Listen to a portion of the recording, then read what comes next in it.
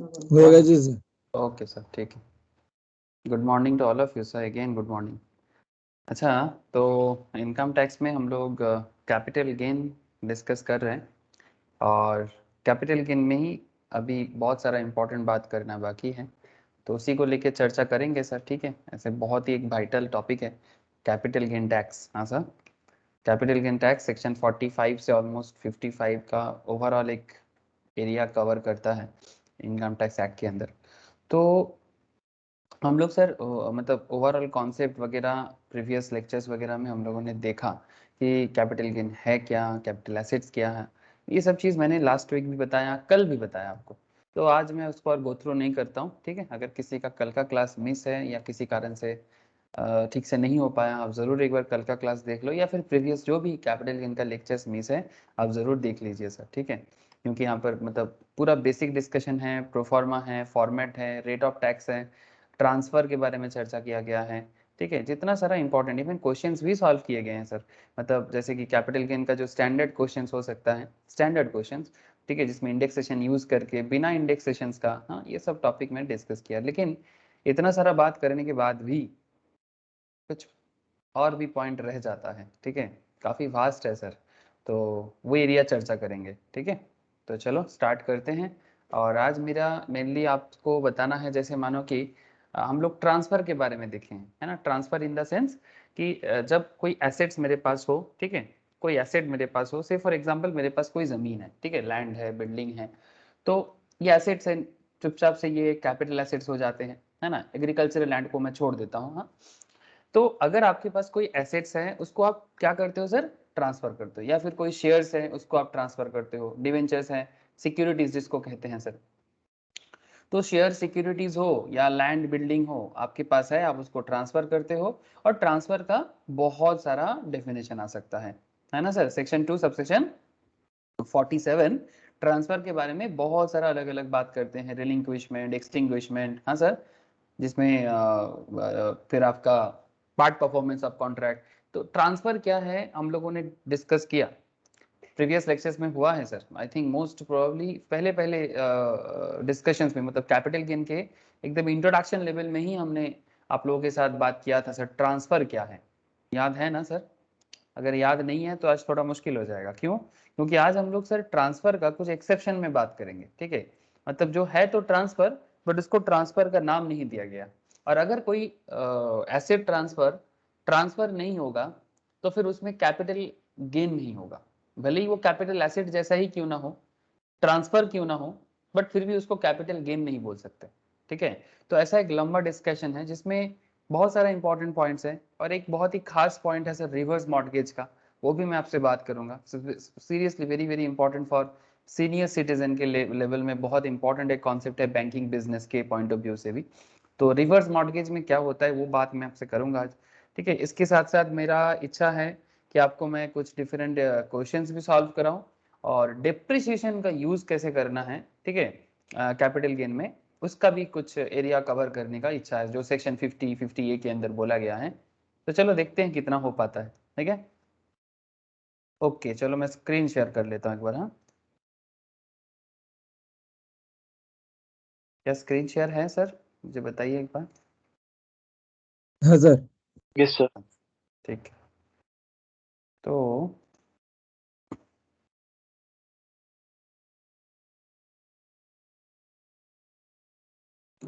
Time कर रहा हूँ। कैपिटल गेन, कैपिटल गेन,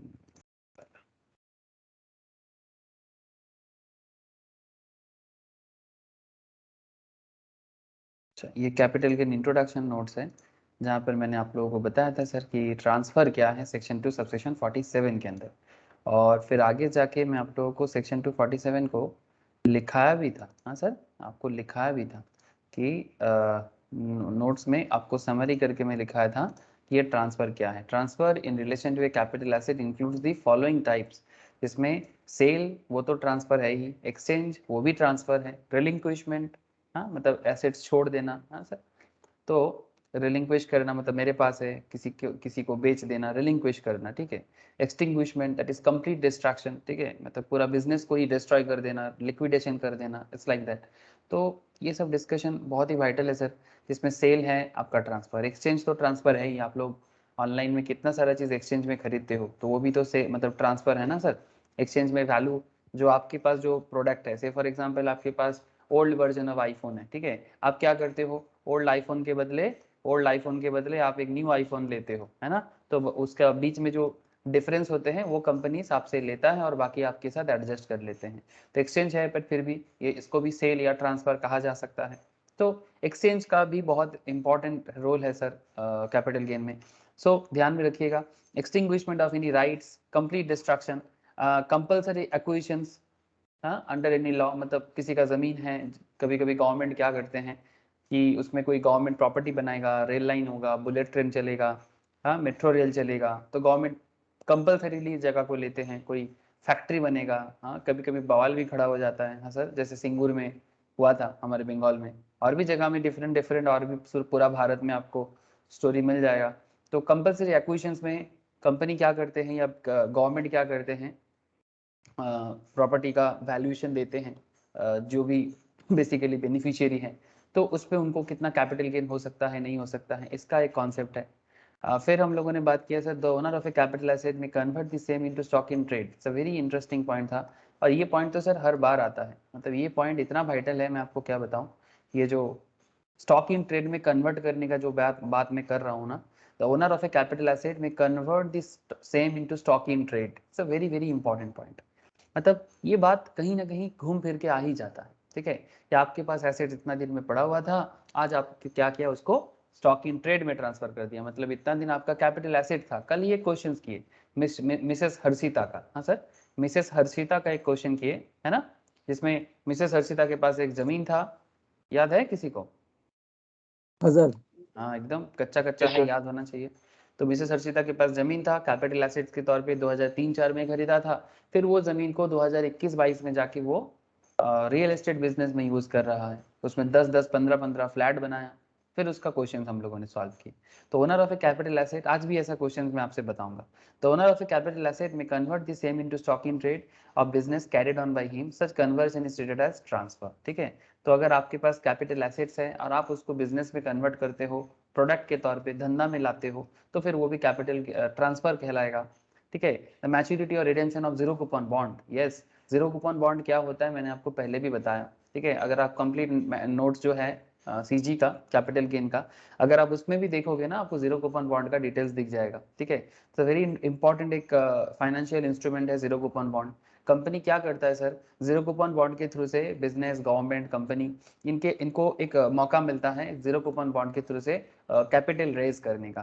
तो बड़े बड़ी सिंपल कॉन्सेप्ट है इसका, कि कूपन मतलब इंटरेस्ट, इंटरेस्ट कुछ नहीं होता, मतलब अगर 100 रुपीज का एक बॉन्ड है, तो फिर आपको बोलेगा कि भाई 85 में देते हैं आपको या 90 में देते हैं आपको, जब इसका मैच्योरिटी होगा आप पूरा वैल्यू दे दीजिएगा, मतलब आपको हम पूरा 100 में ही वापस करेंगे, मतलब 100 का चीज आपको अगर 90 में देते हैं, तो आप 90 में क्या करते हो, सब्सक्राइब करते हो, कंपनी आपको 90 में इशू करवाते हैं और फिर 100 में आपको वापस करेगा, मतलब 10% का गेन आपको बाद में कराएगा।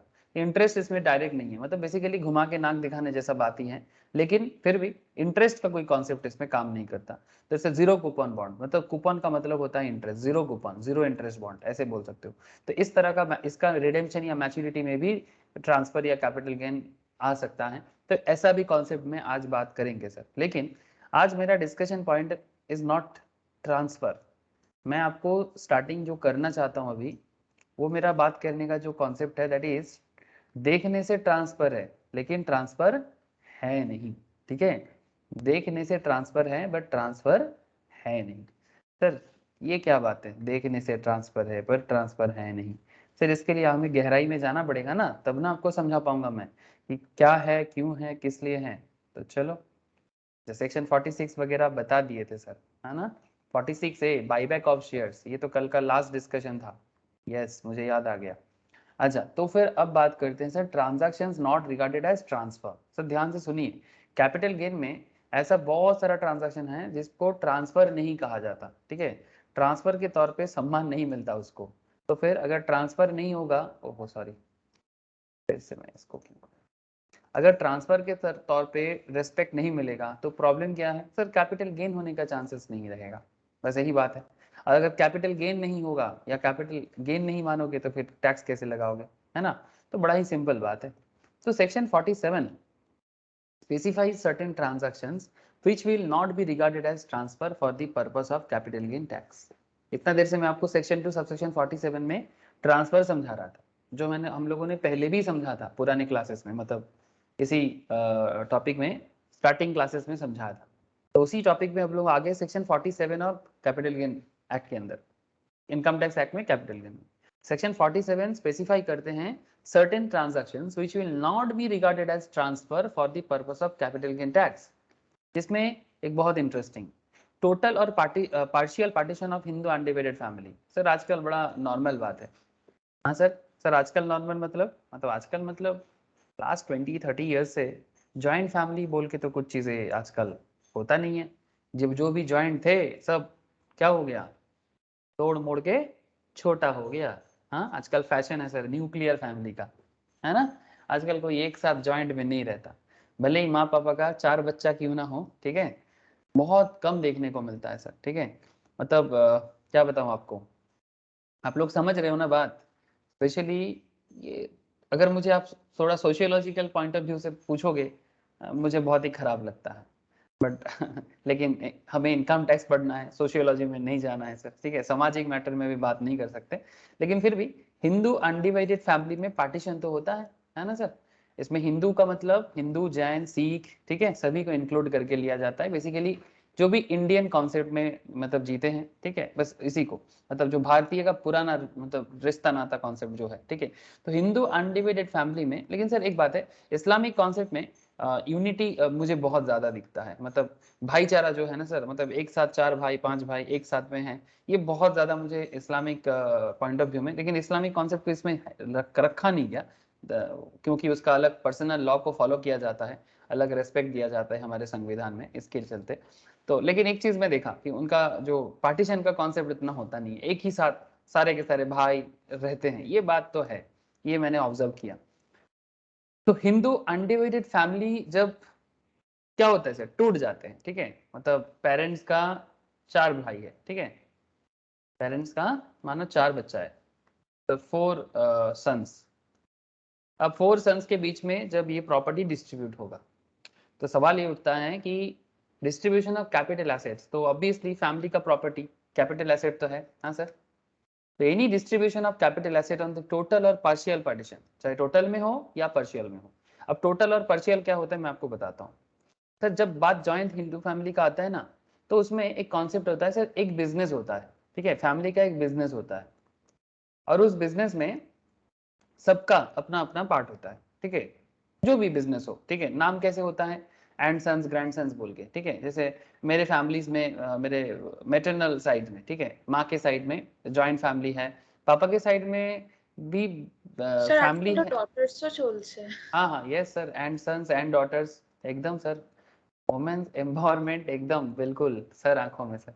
जिस देश में लड़कियों को या औरत को सामने नहीं लाया जाता, वो देश हमेशा पीछे रह जाता है, एकदम sir. And sons and daughters, बिल्कुल, ये पुराना सोच बहुत डब्बा सोच था, हाँ बहुत डब्बा सोच था, ये पुराना सोच नहीं, एक्चुअली बीच में ये थोड़ा सा मूर्ख हो गए थे हम लोग, मतलब बीच में, पहले नहीं था। भारत में स्त्री जातियों का सम्मान सबसे पुराना है, और इसका सबसे बड़ा उदाहरण कि हम लोग देवी माँ का पूजा इतना करते हैं जितना, मतलब देवता का पूजा इतना नहीं करते जितना देवियों का पूजा करते हैं। तो इससे एक चीज तो पूरा साफली क्लियर होता है कि लड़कियों को हम लोग बहुत ज्यादा इज्जत करते हैं, मतलब हमेशा सर के ऊपर रखते हैं। लेकिन ये बीच में ना कुछ इलिटरेसी इतना ज्यादा बढ़ गया, और कुछ गलत लोग सोसाइटी को गलत रास्ते में चलाया, ठीक है, मतलब जो सो कॉल्ड एजुकेटेड लोग ना समाज को ना अपने पैरों तले रखना चाहा, और वोमेन डोमिनेशन तब से चालू हुआ, ये मिडिवल पीरियड में चालू हुआ, ये आपको मैं बता दूं। नहीं तो अगर जिस देश में हर बात में देवी का पूजा होता है, लक्ष्मी जी, सरस्वती जी, दुर्गा माँ, जितना नाम ले लो, देवी माँ का पूजा सारा साल में सबसे ज्यादा होता है। तो अगर देवी माँ का पूजा होता है तो क्या आप समझ लो कि अगर इतना पूजा, ये बात आजकल लोग करते हैं कि इधर दुर्गा पूजा करते हैं और इधर लड़कियों की इज्जत नहीं, वो तो आज का समाज में एडुकेशन खराब हो गया है, लोगों के अंदर शिक्षा खराब हो गया है, लोग अपने जड़ से अलग हो गया है, तो लोगों को पता ही नहीं है। दुर्गा पूजा करते हैं लेकिन दुर्गा पूजा का मतलब नहीं पता 99.99% लोगों को कि क्यों करते हैं दुर्गा पूजा। दुर्गा पूजा आज की डेट में बंगाल में तो बस एक फैशन हब हो गया है मेरे हिसाब से। आई डोंट नो आप लोग क्या समझते हो। मतलब समझ के काम करते हैं ना तो फिर इज्जत भी बढ़ता है और समाज में सुधार भी आता है। तो इसीलिए तो ये सब होता है, पूजा स्पिरिचुअलिटी का ये मतलब है। तो जो भी हो, चलो सर फिर से आप बोलोगे सोशियोलॉजी चल रहा है, समाज हुआ पड़ा है, तो ये एंड सन्स ग्रैंड सन्स इस तरह से आपको हिंदू अनडिवाइडेड फैमिली समझ में आता। तो कहने का मतलब है कैपिटल एसेट्स। अब ये कैपिटल एसेट में बिजनेस एसेट्स भी होते हैं सर, है ना। जैसे मानो कि मैंने देखा बहुत जगह में, जैसे मैं आपको बोल रहा था मेरे मैटरनल साइड में है, उनका भी फैमिली डिवाइड हो गया है बट बिजनेस एक साथ है, ठीक है, बिजनेस जॉइंटली है बट पर्सनल लेवल में किसी के साथ किसी का बन नहीं रहा है तो अलग अलग हो गया, ठीक है।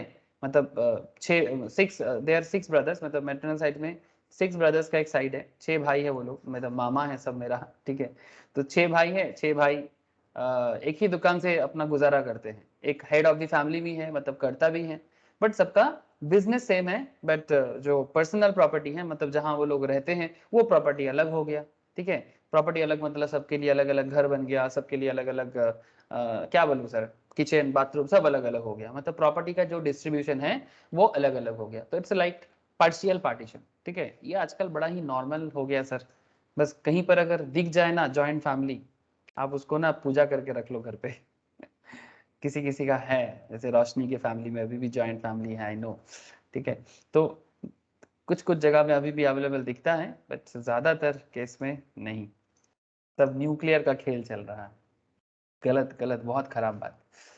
ओके, तो क्या खेल हो गया sir, section 47 subsection 1, total or partial partition of a HUF, ठीक है। Any distribution of capital asset on the total or partial partition of an HUF, ये हो जाएगा आपका ट्रांसफर है, पर ट्रांसफर नहीं मानेंगे।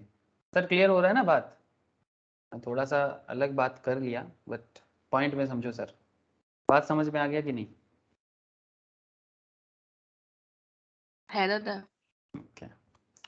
गिफ्ट और विल और इररिकोवेबल ट्रस्ट। सर गिफ्ट और विल और एन इररिवोकेबल ट्रस्ट मतलब सर किसी को कोई चीज गिफ्ट में कोई दिया जाता है, विल करके किसी को कोई प्रॉपर्टी दिया जाता है, या फिर इररिवोकेबल ट्रस्ट मतलब उसको वापस नहीं लिया जा सकता, एक बार बोल दिया तो बोल दिया, it's like that. Any transfer of a capital asset under a gift or will or an irrevocable trust. However, this clause shall not include transfer under a gift or an irrevocable trust of a capital asset being shares, debentures or warrants allotted by a company directly or indirectly to its employees under the employee stock option plan or scheme offered by its employees in accordance with the guidelines issued by its behalf in central government। मतलब ये normal जो gift हो या will हो या irrevocable trust का बात हो, इररिवोकेबल ट्रस्ट मतलब किसी को कोई ट्रस्ट कन्वर्ट किया जा रहा है लेकिन उसको आप वापस नहीं ले सकते, ठीक है। इट्स लाइक जैसे गिफ्ट देते हैं बट वापस नहीं ले सकते, लाइक इररिवोकेबल मतलब, रिवोकेबल मतलब क्या, बाद में ले सकते हैं वापस, लेकिन इररिवोकेबल मतलब बाद में आप वापस नहीं ले सकते, इट्स टोटली इररिवोकेबल। तो ऐसे एसेट्स ट्रांसफर को ट्रांसफर नहीं मानेंगे, ठीक है। लेकिन this clause shall not include, क्या क्या इंक्लूड नहीं करेंगे, gift or an irrevocable trust of an capital asset being shares, क्या है shares, debentures, warrants allotted by a company directly or indirectly to its employ under employ stock option plan ESOP, ठीक है। अगर कोई company अपने employ को इस तरह से गिफ्ट कर रहा है, शेयर्स, डिवेंचर्स, वारंट्स, ठीक है, इस तरह का कोई भी स्कीम्स ऑफर कर रहा है अपने एम्प्लॉय को, ठीक है, as per the directions of central government और गाइडलाइंस बाय दिस, डायरेक्शन नहीं बोलेंगे, guidelines of the central government, section 47 subsection 3, ठीक है। तो ये आपका कैपिटल एसेट्स हो जाएगा, ट्रांसफर मानेंगे।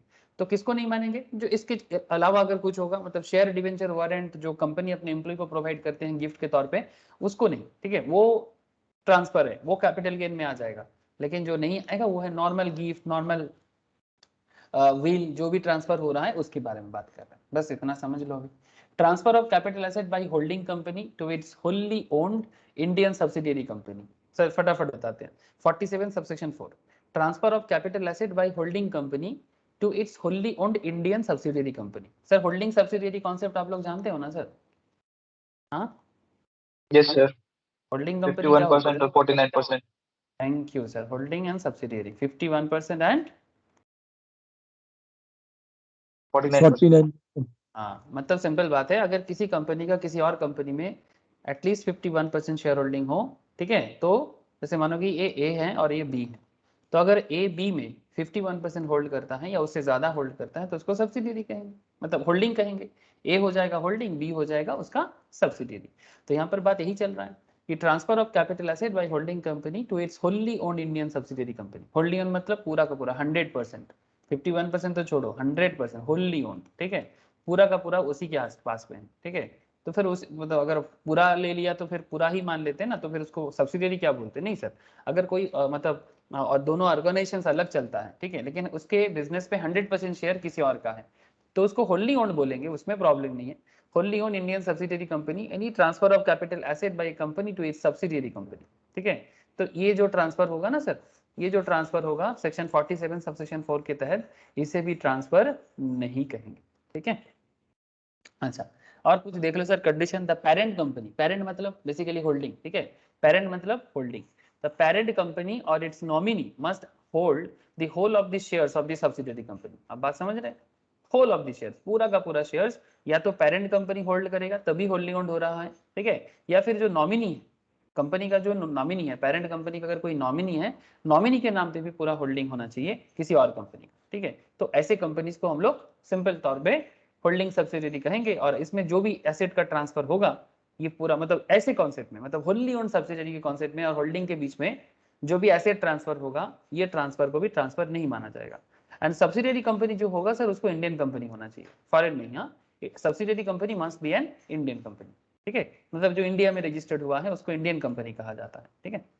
फॉरेन में रजिस्टर करके इंडिया में बिजनेस करेगा तो फॉरेन कंपनी कहलाएगा, लेकिन इंडिया में रजिस्ट्रेशन करके इंडिया में बिजनेस करेगा तो उसको इंडियन कंपनी कहा जाता है। Point number 4, transfer of capital asset by subsidiary company to its 100% holding company, just opposite बात, being an Indian company. Capital asset subsidiary से किसके पास जा रहा है? होल्डिंग के पास जा रहा है, 100% होल्डिंग, हाँ 100% holding.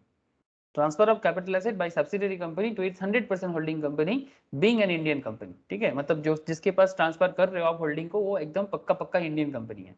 Any transfer of capital asset by subsidiary company to the holding company, section 47 subsection 5 के अंदर कहा गया है, इसे भी ट्रांसफर नहीं कहेंगे, ठीक है। मतलब एक ही कंपनी के बीच में चल रहा है, वो भी 100% होल्डिंग सब्सिडियरी, ठीक है, मतलब एकदम 100% शेयर उसी का है, तो फिर इसमें और क्या ट्रांसफर मानेंगे। कंडीशंस वही, द होल और share of the subsidiary company must be held by the holding company and the holding company must be N Indian company, ठीक है। तो बस, अच्छा ये बात ध्यान रखिए, द एग्जेम्पशन मेंशन इन 3 और 4, ये जो एग्जेम्पशन यहाँ पर बोला है, will not apply if a capital asset is transferred as stock in trade, ठीक है। सर अगर ये कैपिटल एसेट को स्टॉक इन ट्रेड में कन्वर्ट कर रहा है तो बात अलग हो जाएगा, ठीक है। कैपिटल एसेट में ही रहेगा तो प्रॉब्लम नहीं है, ठीक है, चाहे होल्डिंग सब्सिडियरी को दे या सब्सिडियरी होल्डिंग को दे। पॉइंट को समझे सर, होल्डिंग सब्सिडियरी को ट्रांसफर करे, होल्डिंग सब्सिडियरी को ट्रांसफर करे या सब्सिडियरी होल्डिंग को ट्रांसफर करें, डजेंट मैटर, लेकिन ट्रांसफर करके आप उसको अगर स्टॉक इन ट्रेड करोगे, ठीक है, चाहे होल्डिंग का कोई एसेट सब्सिडियरी में दे रहे हो, सब्सिडियरी का कोई एसेट होल्डिंग में आ रहा है, अगर वो स्टॉक इन ट्रेड हो जाएगा ना, तो फिर उसको क्या करेंगे, उसको कैपिटल, उसको ट्रांसफर मान लेंगे, मतलब उसका स्टॉक इन ट्रेड का तो आप लोगों को पता है, कल भी क्वेश्चंस किए, ठीक है। स्टॉक इन ट्रेड करने से वो कैपिटल गेन कहा माना जाता है जिस दिन उसका कन्वर्जन होता है, और उसका टैक्सेबिलिटी होता है जिस दिन उसका सेल होता है, पता है ना सर। हेलो, कैपिटल गेन हो जाएगा जिस दिन कन्वर्ट होगा, जिस दिन कन्वर्जन होगा वही दिन कैपिटल गेन हो जाएगा, और उसका टैक्सेबिलिटी हो जाएगा जिस दिन सेल हो जाएगा, ठीक है, जिस दिन एसेट सेल हो जाएगा। तो इस तरह से होता है स्टॉक इन ट्रेड में कन्वर्जन का कॉन्सेप्ट, तो very very very important and vital concept. तो होल्डिंग सब्सिडियरी में ऐसे खेल होता है। ऐसे कोई मुझे बता सकते हो किसी कंपनी का नाम, दो कंपनी जो एक दूसरे का होल्डिंग है, सब्सिडियरी है 100% लेवल में? एग्जाम्पल कुछ भी 100% होल्डिंग ऐसा तो बिग बास्केट टाटा আছে का 100% नहीं है, 68% है। হ্যাঁ ওই তো স্যার ওটা 51% ওভার আছে স্যার, ওটা 100% সেরকম আছে 100% होल्डिंग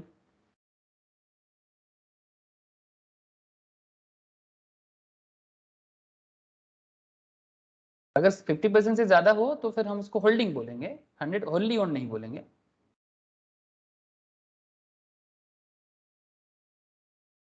मुझे भी याद नहीं है, टाटा के पास बहुत सारा है, इतना मैं जानता हूँ, ठीक है।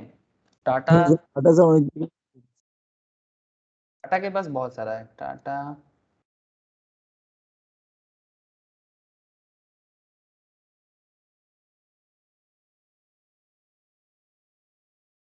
टाटा का सब्सिडियरीज बहुत सारा है, जिसमें होल्डी ओन भी है, पार्टली भी है, नॉर्मल होल्डिंग भी है, खत्म नहीं कर सकते, इतना सारा कंपनी को टाटा ने होल्डी ओन करके रखा है। ऐसे टाटा मेनली टाटा फैमिली मतलब about 86% of the equity capital of Tata Sons is held by philanthropic trust endowed by members of Tata family. The biggest two of this trust is sir Dorabji Tata trust and sir Ratan Tata trust, ठीक है। मतलब टाटा का 2 trust चलता है, एक दोराबजी टाटा, एक रतन टाटा। ये भी एक चीज़ है, अगर टाटा का ट्रस्ट से चलता है, अगर इसको पर्सनली सिर्फ रतन टाटा में ट्रांसफर कर दिया होता तो आज भारत का रिचेस्ट मैन रतन टाटा ही बन जाते, लेकिन क्योंकि इन लोग अपना जो भी शेयर होल्डिंग है ये मतलब अपने पास नहीं रखता, ठीक है, बिकॉज ये लोग फैमिली कॉन्सेप्ट में बिजनेस को नहीं चलाते, मतलब इंडिविजुअल कॉन्सेप्ट में बिजनेस को नहीं चलाते, ट्रस्ट के कॉन्सेप्ट में चलाते हैं। तो Tata family, दोरबजी Tata trust, Ratan Tata trust, इस तरह से इसका जो फंड है डिस्ट्रीब्यूट हो जाते हैं। यहाँ पर आप देख सकते हो subsidiary companies of Tata group, joint ventures, Tata chemicals, Brunner Mond, British salt, Tata communications, ठीक है। ये सब मैक्सिमम केस में आपको यहाँ पर होल्डी ओन्ली दिखेगा। VSNL, टाटा कंसल्टेंसी सर्विस, ठीक है, CMC, कंप्यूटर रिसर्च लैबोरेटरीज, बहुत सारे हैं, Tata coffee, Tetley, Tata salt, Tata Starbucks, बहुत सारा है, ठीक है। खत्म नहीं होगा, लंबा लिस्ट है, आप देख सकते हो, ठीक है। बाद में आप लोग थोड़ा रिसर्च सर्वे कर लीजिएगा, ऐसे बहुत एग्जाम्पल मिलेगा इंडियन मार्केट में आप लोगों को। ओके चलो आ जाते हो वापस। अच्छा तो अभी बात करते हैं तो सेक्शन 47 सबसेक्शन 4 भी बता दिया आपको, और सेक्शन 47 सबसेक्शन 5 भी बता दिए, जो मतलब होल्डिंग सब्सिडियरी के बीच में होते हैं, होल्ली ओन्ड के बीच में। हाँ सर, होल्ली ओन्ड, हाँ। अच्छा, transfer of capital asset by amalgamating company. Sir amalgamating company मतलब जो 2 कंपनी मिलते हैं, ठीक है, मार्च करते हैं या अमलगैमेट होते हैं, ठीक है। इसका अकाउंटेंसी का भी अलग चर्चा होते हैं नॉर्मली चार्टर्ड लेवल में। अमलगमेशन ऑफ कंपनीज का एक अलग अकाउंटिंग स्टैंडर्ड्स भी है, उसका अलग कैलकुलेशंस भी किया जाता है, ठीक है। अभी उतना डिटेल्स में नहीं जाते सर, बट इतना समझ लो, जब 2 कंपनी मिलते हैं अमलगैमेट होते हैं, जैसे कि वोडाफोन आइडिया हुआ, ठीक है, मार्च करने को भी बोल सकते हो, मतलब मार्च अमलगमेशंस ऑलमोस्ट सिमिलर कॉन्सेप्ट। किसी किसी केस में क्या होता है कि जब मार्च होता है दोनों का नाम रह जाता है, अमलगमेशंस में किसी एक दोनों मिलके एक अलग कंपनी बन जाएगा, ऐसा कॉन्सेप्ट है, ठीक है। Transfer of capital assets by amalgamating company to a amalgamated Indian company in a scheme of amalgamation. तो क्या होता है, any transfer in a scheme of amalgamation of a capital asset by the amalgamating company to the amalgamated company if amalgamated company is an Indian company, section 47 subsection 6। मतलब again वही बात, मतलब जब 2 company मिल जाए, ठीक है, जब 2 कंपनी जुड़ जाए, ठीक है, 2 कंपनी जुड़ जाए, वो दोनों जोड़ने का कॉन्सेप्ट सर एक मार्ज भी होता है, ठीक है, एक मार्ज भी होता है और एक अमलगमेशन भी होता है, ऑलमोस्ट सिमिलर कॉन्सेप्ट है, बट अमलगमेशन इन इंडिया बहुत एग्जांपल मिलेगा आपको, ठीक है। The 10 biggest merger and acquisitions के नाम से चलते हैं, तो बहुत सारा है। टाटा स्टील एंड कोरस का एक बहुत बड़ा अमलगमेशन हुआ है, ठीक है। ये मैं शायद बिजनेस फाउंडेशन लेवल में सॉरी मतलब CA या CS फाउंडेशन लेवल में बता रहा था, ठीक है। टाटा स्टील कोरस का, वोडाफोन हचिनसन मतलब हच का, ठीक है, चला था बहुत दिनों तक। हिंदाल्को रैनबैक्सी के साथ दाइची का, ONGC के साथ इंपीरियल एनर्जी का, ठीक है। महिंद्रा एंड महिंद्रा क्या नाम है, स्नोचिस, आई डोंट नो क्या इसका प्रोनाउंसिएशन है, Sterlite Asarco, Tata Motors Jaguar Land Rover, ठीक है, इनके बीच में भी हुआ है। सुजलन रीपावर बोल के, रिलायंस RPL मार्जर, बहुत सारे ऐसे मार्जर का आपको एग्जांपल मिल जाएगा, मार्जर या अमलगमेशन का। सो बेसिक मतलब यही है। जैसे रिसेंटली अगर आप एग्जांपल के तौर पे ले सकते हो, एग्जांपल के तौर पे वोडाफोन आइडिया को ले सकते हो आप, ठीक है। तो इस तरह का मार्जर अमलगमेशन होता रहता है सर, ठीक है। तो कॉन्सेप्ट इज वेरी सिंपल, यहाँ पर हम लोग टैक्स में चर्चा करते हैं सर। तो transfer of capital asset by amalgamating company, मतलब 2 कंपनी मिलके जो कंपनी बनेगा, ठीक है, उसको बोलेंगे amalgamating company. To amalgamated Indian company, मतलब अमलगमेटेड मतलब जो जुड़ रहा है, Indian company in a scheme of amalgamation. Amalgamating मतलब जो মানে बन স্যার रहा है। ওরকম আইডিয়া যেমন মিল হয়েছে ওরকম কিছু টাইপ বলা যায়। हाँ बोल, अरे बार बोल। ভোডাফোন আইডিয়া যে স্যার একসাথে হয়ে গেছে না দুটো কোম্পানি। हाँ बोल सकते हो, ठीक है, बोल सकते हो एकदम, ठीक है। वोडाफोन आइडिया मार्च कर रहा है और नाम हो गया वी, ठीक है। तो उसमें वी हो गया अमलगैमेटिंग कंपनी, और अमलगैमेटेड इंडियन कंपनी। ऐसे वोडाफोन और आइडिया दोनों ही इंडियन कंपनी है, ठीक है। लेकिन यहाँ पर स्पेशली क्या बोल रहे हैं, अमलगैमेटेड इंडियन कंपनी से जो एसेट ट्रांसफर हो रहा है उसके बारे में बात कर रहा है, इन अ स्कीम ऑफ अमलगैमेशन। तो any transfer of a scheme of amalgamation of a capital asset by amalgamating company to the amalgamated company if the amalgamated company is an Indian company, ठीक है, तो सेक्शन 47 सबसेक्शन 6 में हम उसको भी transfer नहीं कहेंगे। सिंपल बात है, दो कंपनी मिल रहा है और एक इंडियन कंपनी से दूसरे कंपनी के पास जो भी कंपनी बन रहा है, एसेट ट्रांसफर हो रहा है, तो इस तरह का ट्रांसफर को भी हम लोग क्या बोलेंगे सर, ट्रांसफर नहीं बोलेंगे। Section 47 subsection 6। Similarly transfer of capital asset by demerged company to the resulting Indian company, मतलब पहले कोई दूसरा कंपनी था, दो कंपनी था, वो डिमर्ज हो गया, ठीक है, डिमर्ज होके एक इंडियन रिजल्टिंग इंडियन कंपनी बन गया इन स्कीम ऑफ डिमर्जर। तो any transfer of demerger of capital asset by the demerge company to the resulting company, जो इंडियन कंपनी है, अगर रिजल्टिंग कंपनी इंडियन कंपनी है तो ऐसा ट्रांसफर को भी सेक्शन 47 सबसेक्शन 6 बी के तहत हम लोग ट्रांसफर नहीं बोलेंगे, ठीक है। Transfer or issue of shares bye ये resulting company in a scheme of demerger, मैं आगे आगे आपको कुछ क्वेश्चंस कराऊंगा, आपके मन में जो भी चल रहा है ना ये क्लैरिटी हो जाएगा, ठीक है, ये क्लैरिटी हो जाएगा। जैसे ये इसके ऊपर तो क्वेश्चंस करना ही है, transfer or issue of shares by resulting company in a scheme of demerger, मतलब पहले आप किसी कंपनी के थे, ठीक है, पहले जैसे मानो आपका एक सिंपल बताते, जैसे मानो कि आप वोडाफोन का और आइडिया का शेयर होल्ड करते हो, ठीक है, वी का, जस्ट समझो अगर वोडाफोन आइडिया अलग हो गए, एक कंपनी बन रहा है, ठीक है, अलग हो रहा है, डिमर्ज हो रहा है, और आपका शेयर अभी आइडिया में चला जाएगा, से फॉर एग्जांपल ऐसे अभी तो ये लोग बचने के लिए एक हुआ है, ठीक है, मैं इसको अलग कर रहा हूँ वापस, ठीक है। तो वोडाफोन आइडिया डिमर्ज होके आइडिया का शेयर जो होगा, तो आपका अगर यहाँ पर शेयर होल्डिंग था, फिर आपका शेयर इधर ट्रांसफर होकर आइडिया में आ रहा है, तो वही बोल रहे हैं transfer or issue of shares by resulting company in scheme of demerger, any transfer or issue of shares by the resulting company in a scheme of demerger to the shareholder of demerged company if the transfer is made in consideration of the demerger of the undertaking section 47 subsection 6d के अंदर बोला है, इसको भी transfer नहीं मानेंगे, ठीक है। ओके सर, डोंट वरी, अभी इसके ऊपर कुछ क्वेश्चंस करेंगे ना, तो आपके मन में जो चल रहा है कि सर थोड़ा सा क्लैरिटी नहीं हो रहा है, वो क्लैरिटी हो जाएगा। सिमिलरली जब दो कंपनी मिलते हैं, ठीक है, दो कंपनी मिलते हैं, दो दिल मिल रहे हैं, लेकिन मगर चुपके चुपके क्या नहीं, खुलेआम मिलते हैं, ठीक है। ये जो कंपनी का मार्जर होता है खुलेआम होता है ना सर, एकदम सबको बता के करना पड़ता है बड़े बड़े कंपनीज को, ठीक है, चुपके चुपके मिलने का कोई मतलब ही नहीं है। जो transfer of shares by share holders in scheme of amalgamation, तो any transfer by share holders in scheme of amalgamation of shares held by him in the amalgamating company, मतलब बात ऐसा है कि आप पहले किसी वोडाफोन में शेयर था, अब आप अभी आपका कंपनी वोडाफोन भी बन रहा है, ठीक है, सिंपल उसी तरीके से सोचो, दो कंपनी मिल गया, आप पहले किसी एक कंपनी के शेयर होल्डिंग कर थे, अभी दोनों कंपनी मार्ज हो गया या अमेलगमेट हो गया, अब इसमें आपका शेयर आ गया, तो ऐसे ट्रांसफर में भी आपका ट्रांसफर को ट्रांसफर नहीं माना जाएगा सेक्शन 47 सबसेक्शन 7 के तहत, ठीक है। अच्छा यहाँ पर देखो क्लियरली कुछ बोला है, the transfer is made in consideration of the allotment to him of any shares in the amalgamated company except where shareholder itself is the amalgamated company, मतलब जो शेयर होल्डर है वो भी अमलगमेटेड कंपनी का part बना है। The amalgamated company is an Indian company है, दूसरा शर्त क्या है, अमलगमेटेड कंपनी को इंडियन कंपनी होना पड़ेगा, मतलब कंपनी जो बनेगा या जिसके कंपनी मतलब ट्रांसफर हो रहा है वो इंडियन कंपनी होना चाहिए, ठीक है, तब जाके ये शर्त होगा, अदरवाइज फॉरेन कंपनी हो जाए तो कंडीशन फुलफिल नहीं करेगा और उसमें ट्रांसफर लग देगा, और ट्रांसफर लग जाएगा तो फिर उसमें कैपिटल गेन आ जाएगा। सर एग्जांपल देखो और आपका मतलब वो क्लैरिटी करो, ठीक है, किस तरह का सवाल हो सकता है। Let us take a case where A limited क्या है, as an Indian company, a limited क्या है, एक Indian company, hold 60% shares in B limited, ध्यान से सुनिए sir, a limited an Indian company hold 60% share in B limited, amalgamates with now B limited amalgamates with A limited, अब B limited amalgamates हो रहा है A limited के साथ, मतलब B और A का क्या हो रहा है, दो दिल मिल रहे हैं, ठीक है, मगर चुपके चुपके क्या नहीं, खुलेआम, ठीक है, सबके सामने।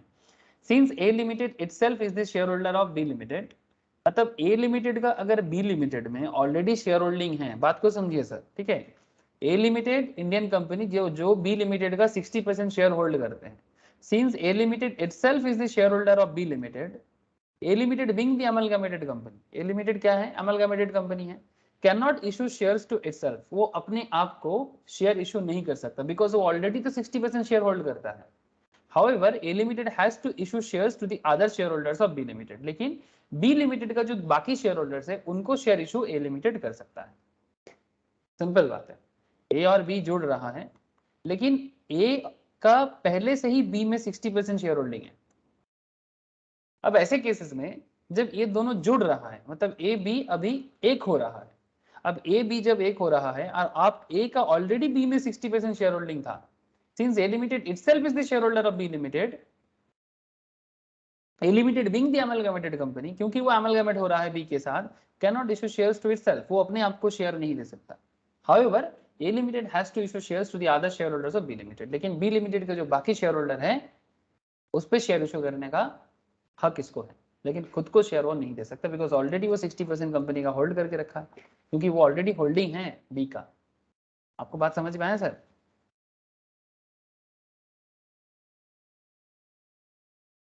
एग्जाम्पल समझ में आया कुछ? মানে স্যার এই 60% এর উপরে আর কিছু করতে পারবে না। हाँ, मतलब बेसिकली वो तो होल्डर है ना, मतलब ए और बी, अगर तुम ए और बी को देखो, ए तो ऑलरेडी बी का 60% होल्ड करता है, मतलब मेजॉरिटी स्टेक तो है इसके पास, है ना? हाँ 6% আছে। हाँ, आप 51% आप ऑलरेडी मेजॉरिटी स्टेक होल्ड करते हो, मतलब आप कौन हो? ए कौन है? ए होल्डिंग कंपनी है। ए कौन है? होल्डिंग है। ए बी को होल्ड कर रहा है और बी कौन है? बी सब्सिडियरी है। तो कहने का मतलब बड़ा सिंपल है, ठीक है? An Indian company holds 60% share in B Limited, ठीक है? B Limited amalgamates with A Limited. Now क्या हो रहा है अभी? B Limited A के साथ amalgamate हो रहा है। Since A Limited itself is the shareholder of B Limited, क्योंकि A Limited already B का शेयर होल्डर है ना? क्योंकि वो 60% शेयर होल्ड करता है ना B का। तो अब जब amalgamate हो जाएगा, A Limited being the amalgamated company cannot issue shares to itself, वो खुद को और शेयर्स नहीं इशू कर सकता, लेकिन ए लिमिटेड बी लिमिटेड के जो बाकी शेयर होल्डर्स हैं उनको शेयर इशू कर सकता है। बस ये बात है। चाहे 40% हो और 10% 20% चाहिए हाँ, जो भी है उसके हिसाब से वो दे सकता है, बाकी जो 40% है उसके हिसाब से वो बाकी जिसका जो भी शेयर होल्डिंग पैटर्न है वो बना सकता है। और एक इलस्ट्रेशन देखो, आपको और क्लैरिटी होगा। देखो sir, M held 2000 shares in a company. M जो है उसका एबीसी लिमिटेड में 2000 शेयर है, एन इंडियन कंपनी। ये क्या है? ये एबीसी लिमिटेड इंडियन कंपनी है। चलो बढ़िया है। This company amalgamated with another Indian company. अब एबीसी और एक्सवाईजेड क्या हो रहा है? अमेलगमेट हो रहा है, मर्ज हो रहा है, ठीक है? एबीसी और ऐसे आपको एक चीज बता दूं, अमेलगमेशन और मार्जर दोनों में ना थोड़ा फर्क है, जो आपको अकाउंट्स करके समझाया जा सकता है। अमेलगमेशन और मार्जर में थोड़ा फर्क है, ठीक है? लेकिन हम लोग यहाँ पर इसको इंटरचेंजेबली यूज इसलिए कर रहे हैं because concept is almost same. तो अमेलगमेशन मार्जर मतलब दोनों कंपनी मिलके एक हो जाएगा, ठीक है? ऐसा होता है। अमेलगमेशन में दो कंपनी मिलके नाम अलग हो जाता है, ठीक है? तो ऐसा बहुत सारा कॉन्सेप्ट क्लियर होता है, लेकिन हम लोग टैक्स में फोकस करते हैं। AIM held 2000 shares in a company, ABC Limited, an Indian company. This company amalgamated with another Indian company जिसका नाम है XYZ Limited. During the previous year ending 31st March 2022, under the scheme of amalgamation, as per accounting standards होता है, AIM was allotted 1000 shares in the new company. AIM को new company में कितना share मिला? 1000 share मिला।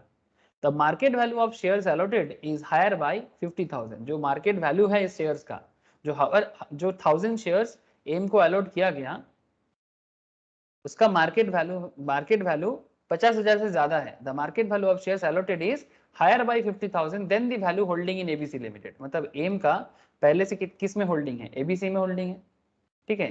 लेकिन अभी ABC और एक्सवाईजेड अमलगमेट हो रहा है, ठीक है? तो जब अमलगमेशन हो रहा है उसमें एम को और 1000 शेयर मिल रहा है। किसका? जो न्यू कंपनी बन रहा है उसका, ठीक है? तो 1000 shares in the new company, the market value of shares allotted is higher by 50,000 than the value of holding in ABC. मतलब ABC का जो वैल्यूएशन है उससे और 50,000 ज्यादा, ठीक है? The assessing officer जो है proposes to treat the transaction as an exchange. ये कहना चाहता है कि ये तो एक्सचेंज हुआ है, and tax 50,000 as capital gain. तो असेसिंग ऑफिसर क्या जस्टिफाई करेगा? ये पूछ रहे हैं आपको। क्वेश्चन ये है कि ये जो एक्स्ट्रा 50,000 जो हायर अमाउंट 1000 शेयर्स के लिए उनको 50,000 का वैल्यूएशन गेन हो रहा है, तो क्या इसको कैपिटल गेन में लाया जाएगा या नहीं?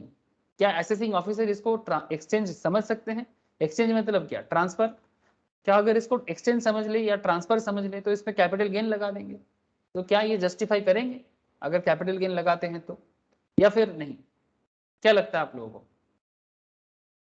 मैं स्टोरी को और एक बार बताता हूँ। एम जो है वो पहले से ही एबीसी का शेयर होल्डर है। एम पहले से ही 2000 शेयर एबीसी का होल्ड करता है, ठीक है। अब क्या हुआ, the company amalgamated with another Indian company XYZ। अब ये एबीसी और XYZ का शादी हो रहा है, एबीसी और XYZ का शादी हो रहा है, ठीक है। प्लस कर देते हैं, ठीक है। एबीसी प्लस XYZ बन रहा है during the previous year 31 March 2022 under the scheme of amalgamation. अब जब इनके शादी हो रहा है तब एम को और शेयर मिल रहा है बिकॉज इनका वैल्यूएशन बढ़ रहा है। तो एम को पहले वो 2000 शेयर तो एबीसी का होल्ड करता ही था, अभी एम को और एक्स्ट्रा 1000 मिला, और इस एक्स्ट्रा 1000 जो शेयर्स उनको मिला न्यू कंपनी में, जिसका वैल्यूएशन इस एबीसी का जो होल्डिंग है उससे भी 50,000 ज्यादा, higher by 50,000 than the value of holding in ABC. मतलब एम का एबीसी में 2000 शेयर का जो होल्डिंग है उससे भी 50,000 ज्यादा है ये न्यू कंपनी का 1000 का वैल्यू। असेसिंग ऑफिसर का मानना है कि इस एक्स्ट्रा 50,000 को एक्सचेंज मानेंगे और इस पे टैक्स चार्ज करेंगे, कैपिटल गेन लगाएंगे। नाउ क्वेश्चन इज दैट, क्या असेसिंग ऑफिसर ऐसा करके जस्टिफिकेशन करेगा कि नहीं? एज पर प्रोविजंस क्या बोलते हैं आप लोग, बोलो। सर कितनी बड़े सर नहीं, कैसे करेगा? वो तो उसको मिला ना, अगर वो कंपनी तो मर्ज हुआ तो उसको तो मिला, उसने खरीदा थोड़ी ना अलग से। शिवम का मानना है नहीं, लेकिन अपना संपद का मानना है यस, हाँ कर ही सकता है, 50,000 गेन हो रहा है। बाकी और को क्या लगता है बताओ सर, 50,000 को क्या असेसिंग ऑफिसर कैपिटल गेन में चार्ज करेगा? না স্যার, এক্সেমশনের মধ্যে রয়েছে তো। एग्जेम्पशंस के अंदर है। चलो सर बढ़िया है, आप लोगों का जवाब मुझे बढ़िया लग रहा है। तो क्या इसका मतलब है एज पर प्रोविजंस देखते हैं। तो in the above example the transaction is squarely covered by the exemptions explained above and proposal of assessing officer to treat the transaction as a transfer is not justified because, आप ध्यान से देखो, इतना देर से मैं आपको प्रोविजंस इसीलिए पढ़ा रहा था, ठीक है। मेरे को प्रोविजंस चिल्लाने का शौक नहीं होता सर, मैं प्रोविजन इसलिए बताता रहता हूँ ताकि आपको बाद में रिलेट करने में, मतलब बेसिकली यही तो है जिसके कारण ये क्वेश्चन का जवाब चेंज हो गया। कहाँ गया amalgamation?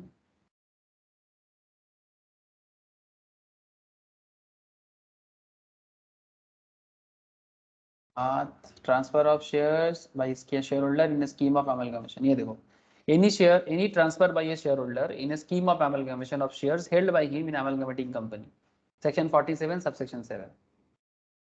Not transfer, any transfer by a shareholder in a scheme of amalgamation of shares held by him in the amalgamating company, ये भी आपका ट्रांसफर नहीं मानेंगे। या फिर अगर आप मार्जर में चलते हो, ऊपर वाला कॉन्सेप्ट में देखो, transfer of capital asset by the transfer of capital asset by amalgamating company to amalgamated Indian company in a scheme of amalgamation. Any transfer in a scheme of amalgamation of capital asset by the amalgamating company to the amalgamating company if the amalgamated company is a Indian company, not transfer. तो सभी concept में अगर देखोगे तो ये transfer नहीं है। अगर ट्रांसफर नहीं है तो कैपिटल गेन नहीं है, भले ही उसका वैल्यू 50,000 से ज्यादा क्यों ना हो। समझ में आया? प्रोविजंस के हिसाब से एग्जेम्पशन कैटेगरी में ही है सर, ठीक है। तो इस तरह से आपको ख्याल रखना होगा, ठीक है। इसीलिए मैं आपको थोड़ा अमलगमेशन डीमर्जर के बारे में बोला। ऐसे डोंट वरी, आगे आगे इसका डेफिनेशंस भी आपके सामने रहेगा, ठीक है। अच्छा, और क्या केसेस हो सकता है आपको बता दो। ट्रांसफर नहीं है बट ट्रांसफर लगता है। Transfer of rupee denominated bond outside India by a non resident to another non resident. Sir एक नॉन रेसिडेंट अगर दूसरे नॉन रेसिडेंट को रूपी डिनोमिनेटेड बॉन्ड इशू करता है, any transfer made outside India of a capital asset being rupee denominated bond, मतलब जो bond है उसका बेस है रूपी, ठीक है। जैसे डॉलर का भी डिनोमिनेटेड बॉन्ड होता है, ठीक है, जो बेसिकली इंडियन कंपनी या इंडियन गवर्नमेंट, ठीक है, इशू करता है। तो any transfer made outside India, Bharat के बाहर अगर कोई आउटसाइड इंडिया में कुछ ट्रांसफर हो रहा है, वो भी एक नॉन रेसिडेंट दूसरे नॉन रेसिडेंट को ट्रांसफर कर रहा है, ठीक है, जो भारत का रेसिडेंट है नहीं और भारत में अगर वो नॉन रेसिडेंट है तो इनकम टैक्स में उनका कोई लायबिलिटी नहीं है, ठीक है। तो any transfer made outside India of a capital asset being rupee denominated bond of an Indian company issued outside India by a non resident to another non resident, मतलब एक नॉन रेसिडेंट दूसरे non resident को Indian rupee denominated bond, भले ही वो रूपी Indian rupee है, bond भी इंडिया का ही है, ठीक है, मतलब इंडिया के बॉन्ड के बेसिस में ही उसका वैल्यू बना है, ठीक है। मतलब कुछ बात ऐसा मानो कि गवर्नमेंट ऑफ इंडिया ने बॉन्ड इशू किया, government of India bond issue करता है ना सर, ये देखो गवर्नमेंट बॉन्ड,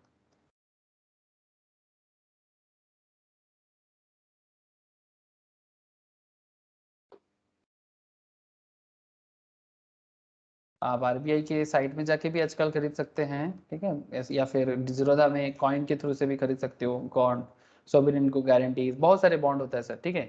तो बॉन्ड टी बिल्स ऐसे बहुत सारे आजकल, ऐसे तो गवर्नमेंट आरबीआई का भी आजकल रिटेल बॉन्ड मार्केट आ गया। तो कहने का मतलब है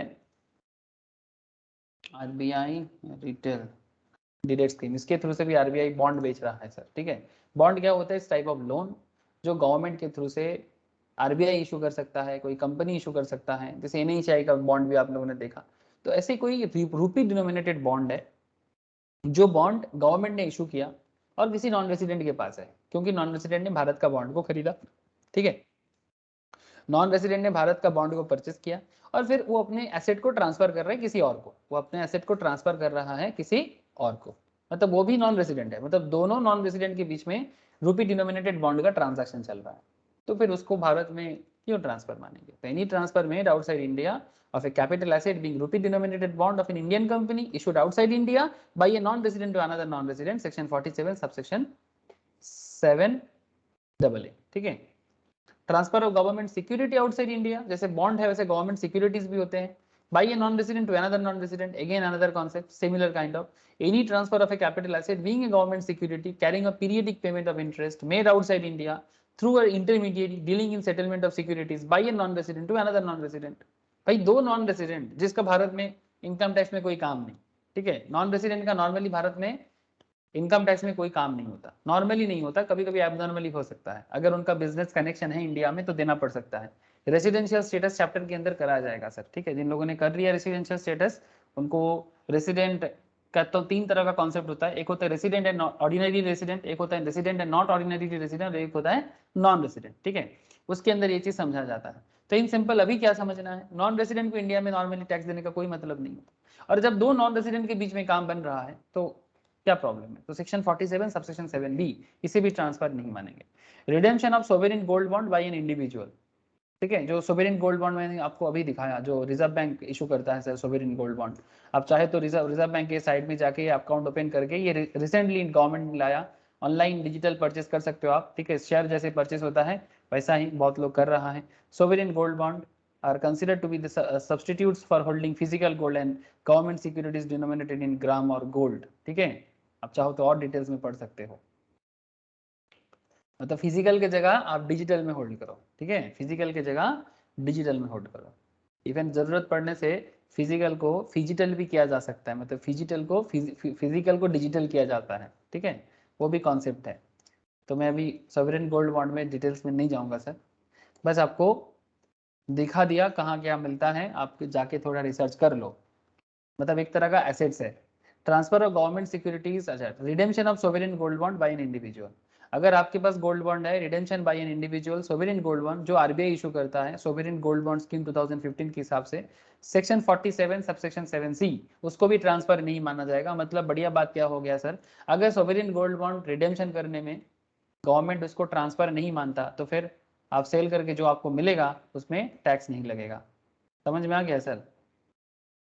यहाँ पर जाके आप सोवरेन गोल्ड बॉन्ड का पूरा FAQ देख सकते हो सर, आरबीआई के साइट में जाके। अपने एडुकेशन को बढ़ाओ सर, बड़ा मजा आएगा, ठीक है, जितना जानोगे उतना कम पड़ जाएगा। बहुत कम होता है, हाँ बोलो सर। रिटर्न बहुत कम होता है इसमें। क्या कम होता है, साउंड नहीं आया, और एक बार बोलो। इंटरेस्ट। हाँ, इंटरेस्ट ऑब्वियसली कम होता है, ठीक है, इंटरेस्ट कम होता है, लेकिन आप गोल्ड होल्ड कर सकते हो, और काफ़ी सेफ एरिया है ना, काफ़ी सेफ जोन है, आपका पैसा कभी भी कुछ होने वाला नहीं है, ठीक है। तो जो लोग थोड़ा सिक्योर्ड इन्वेस्टमेंट पसंद करते हैं उनके लिए अच्छा जगह है, ठीक है, आप जाके देख सकते हो sir. Are there any risk in investing in SGV? There may be a risk of capital loss in market price of gold declines. However, the investor does not lose in terms of the units of gold which he has paid for. मतलब जितना unit के लिए आपने दिया उसका कोई loss नहीं है, लेकिन कैपिटल लॉस हो सकता है। अगर गोल्ड का वैल्यू मार्केट में गिर जाता है तो इन दैट केस आपका भी लॉस हो जाएगा। ठीक है, कौन कौन कर सकता है? ठीक है, जॉइंट होल्डिंग हो सकता है कि नहीं हो सकता? ठीक है, can each member of family buy 4 kg in their own home? Yes, each family member can buy the bonds in his or her name if they satisfy the eligibility criteria. मतलब 4 kg, ठीक है, एक के नाम पे। तो ऐसे बहुत सारे स्कीम है सोवरेन गोल्ड बॉन्ड के अंदर, आप जाके प्लीज एक बार चेक करो। हाँ, ओके।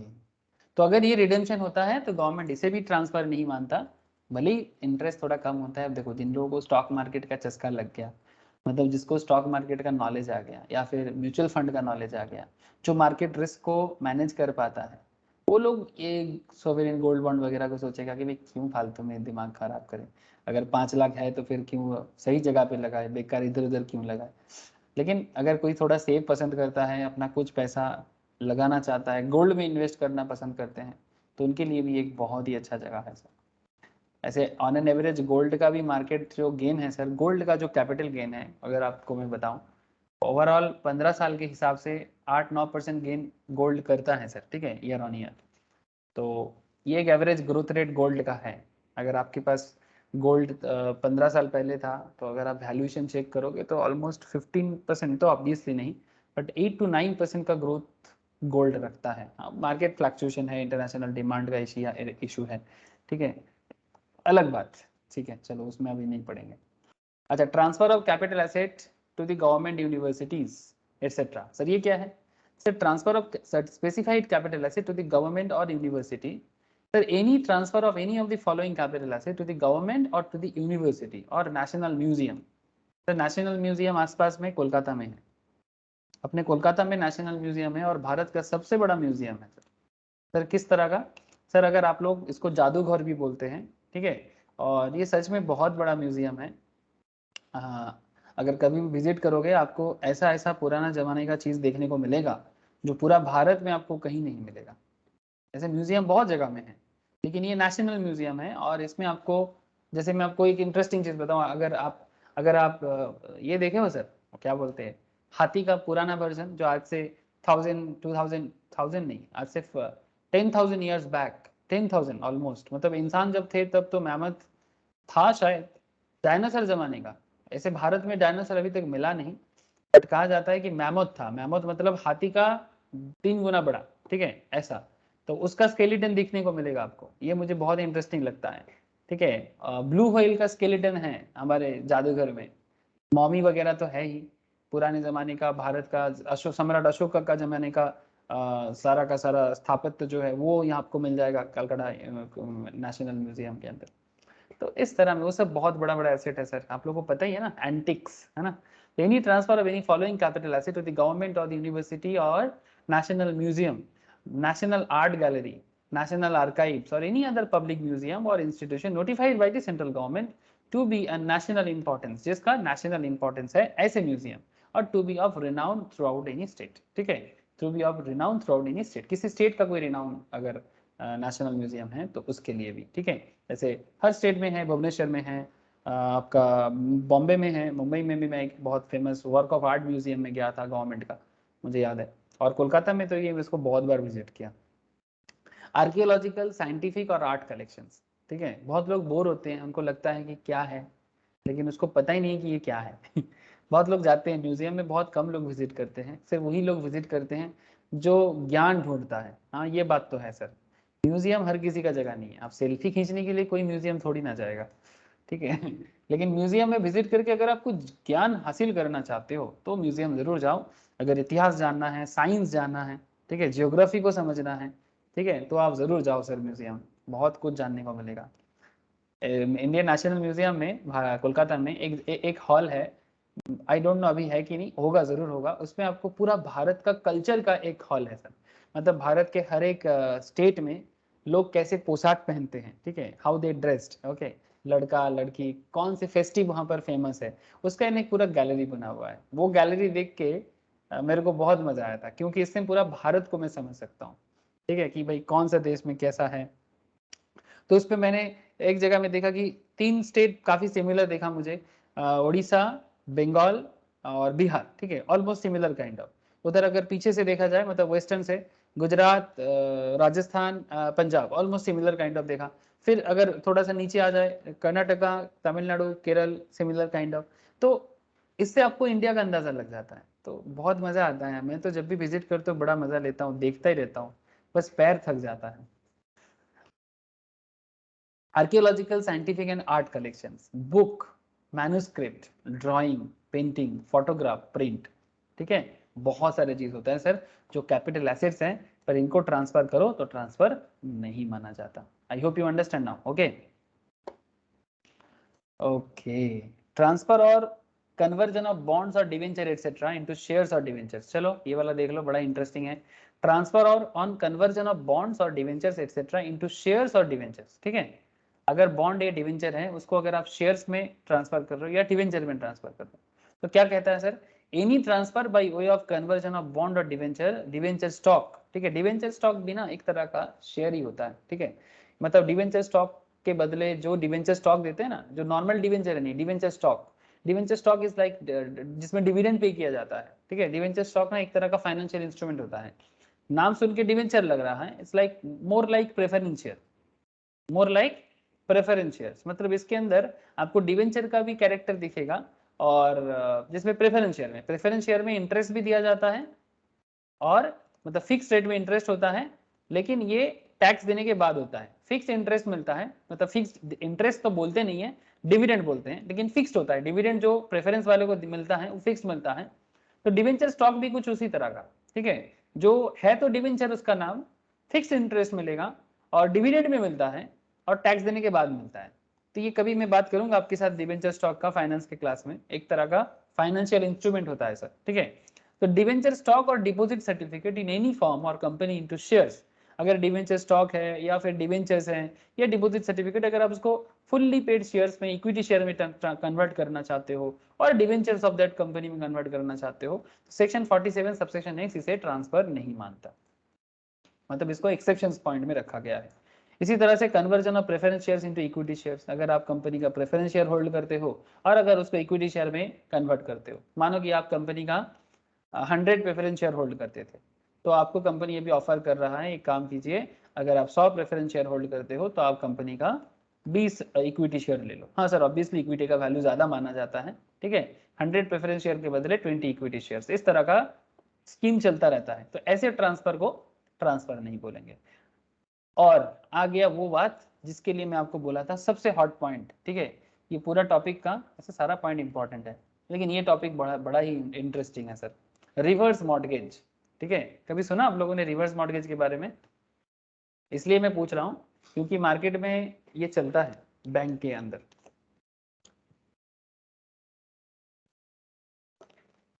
Yes sir.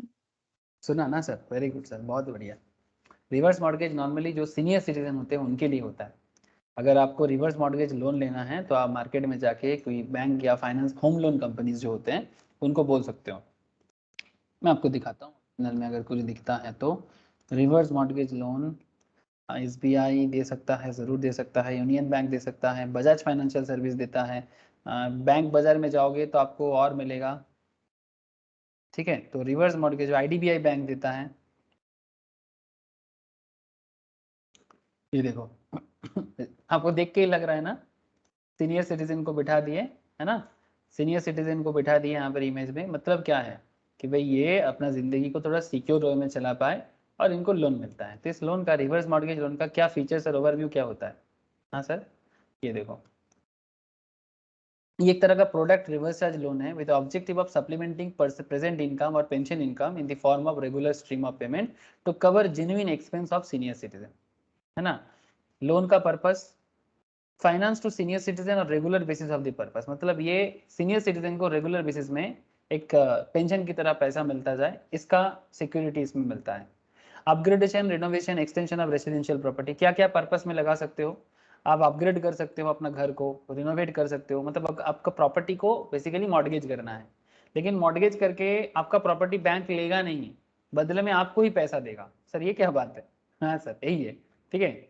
आपका प्रॉपर्टी बैंक लेगा नहीं, प्रॉपर्टी बैंक के पास मॉर्गेज है, बट आपको बैंक लोन प्रोवाइड करेगा वैल्यूएशन के बेसिस पे, ठीक है। वो डिपेंड करता है bank to bank, but normally 60% तो मिल ही जाता है ओवरऑल। अगर आपका घर का वैल्यू मान के चलते हैं, अगर आपका घर का वैल्यू 50 लाख है तो इसका 60% लोन आपको मिलेगा, कम से कम 60% मिल जाता है। कोई कोई बैंक तो सर ज्यादा भी देता है अगर वैल्यूएशन ज्यादा है तो 50 लाख का 60% के बेसिस में आपको लोन देगा, जिसको आप पेंशन के तौर पे ले सकते हो, आप अपने घर का अपग्रेडेशन रेनोवेशन कर सकते हो, ठीक है, रेसिडेंशियल प्रॉपर्टी का एक्सटेंशन कर सकते हो, uses of associated with home improvement, maintenance, insurance and residential property, medical, family emergency expenditure, for supplementing pension, other income, ठीक है, meeting of any other genuine need other than speculations and trading, मतलब share market में invest नहीं कर सकते, ठीक है, किसी भी तरह का स्पेकुलेशंस मतलब स्पेकुलेशन टाइप ऑफ, ठीक है, जिसमें शेयर मार्केट में तो स्पेकुलेशन है ही सर, ठीक है, या फिर हॉर्स रेस वगैरह में कहीं पर जाके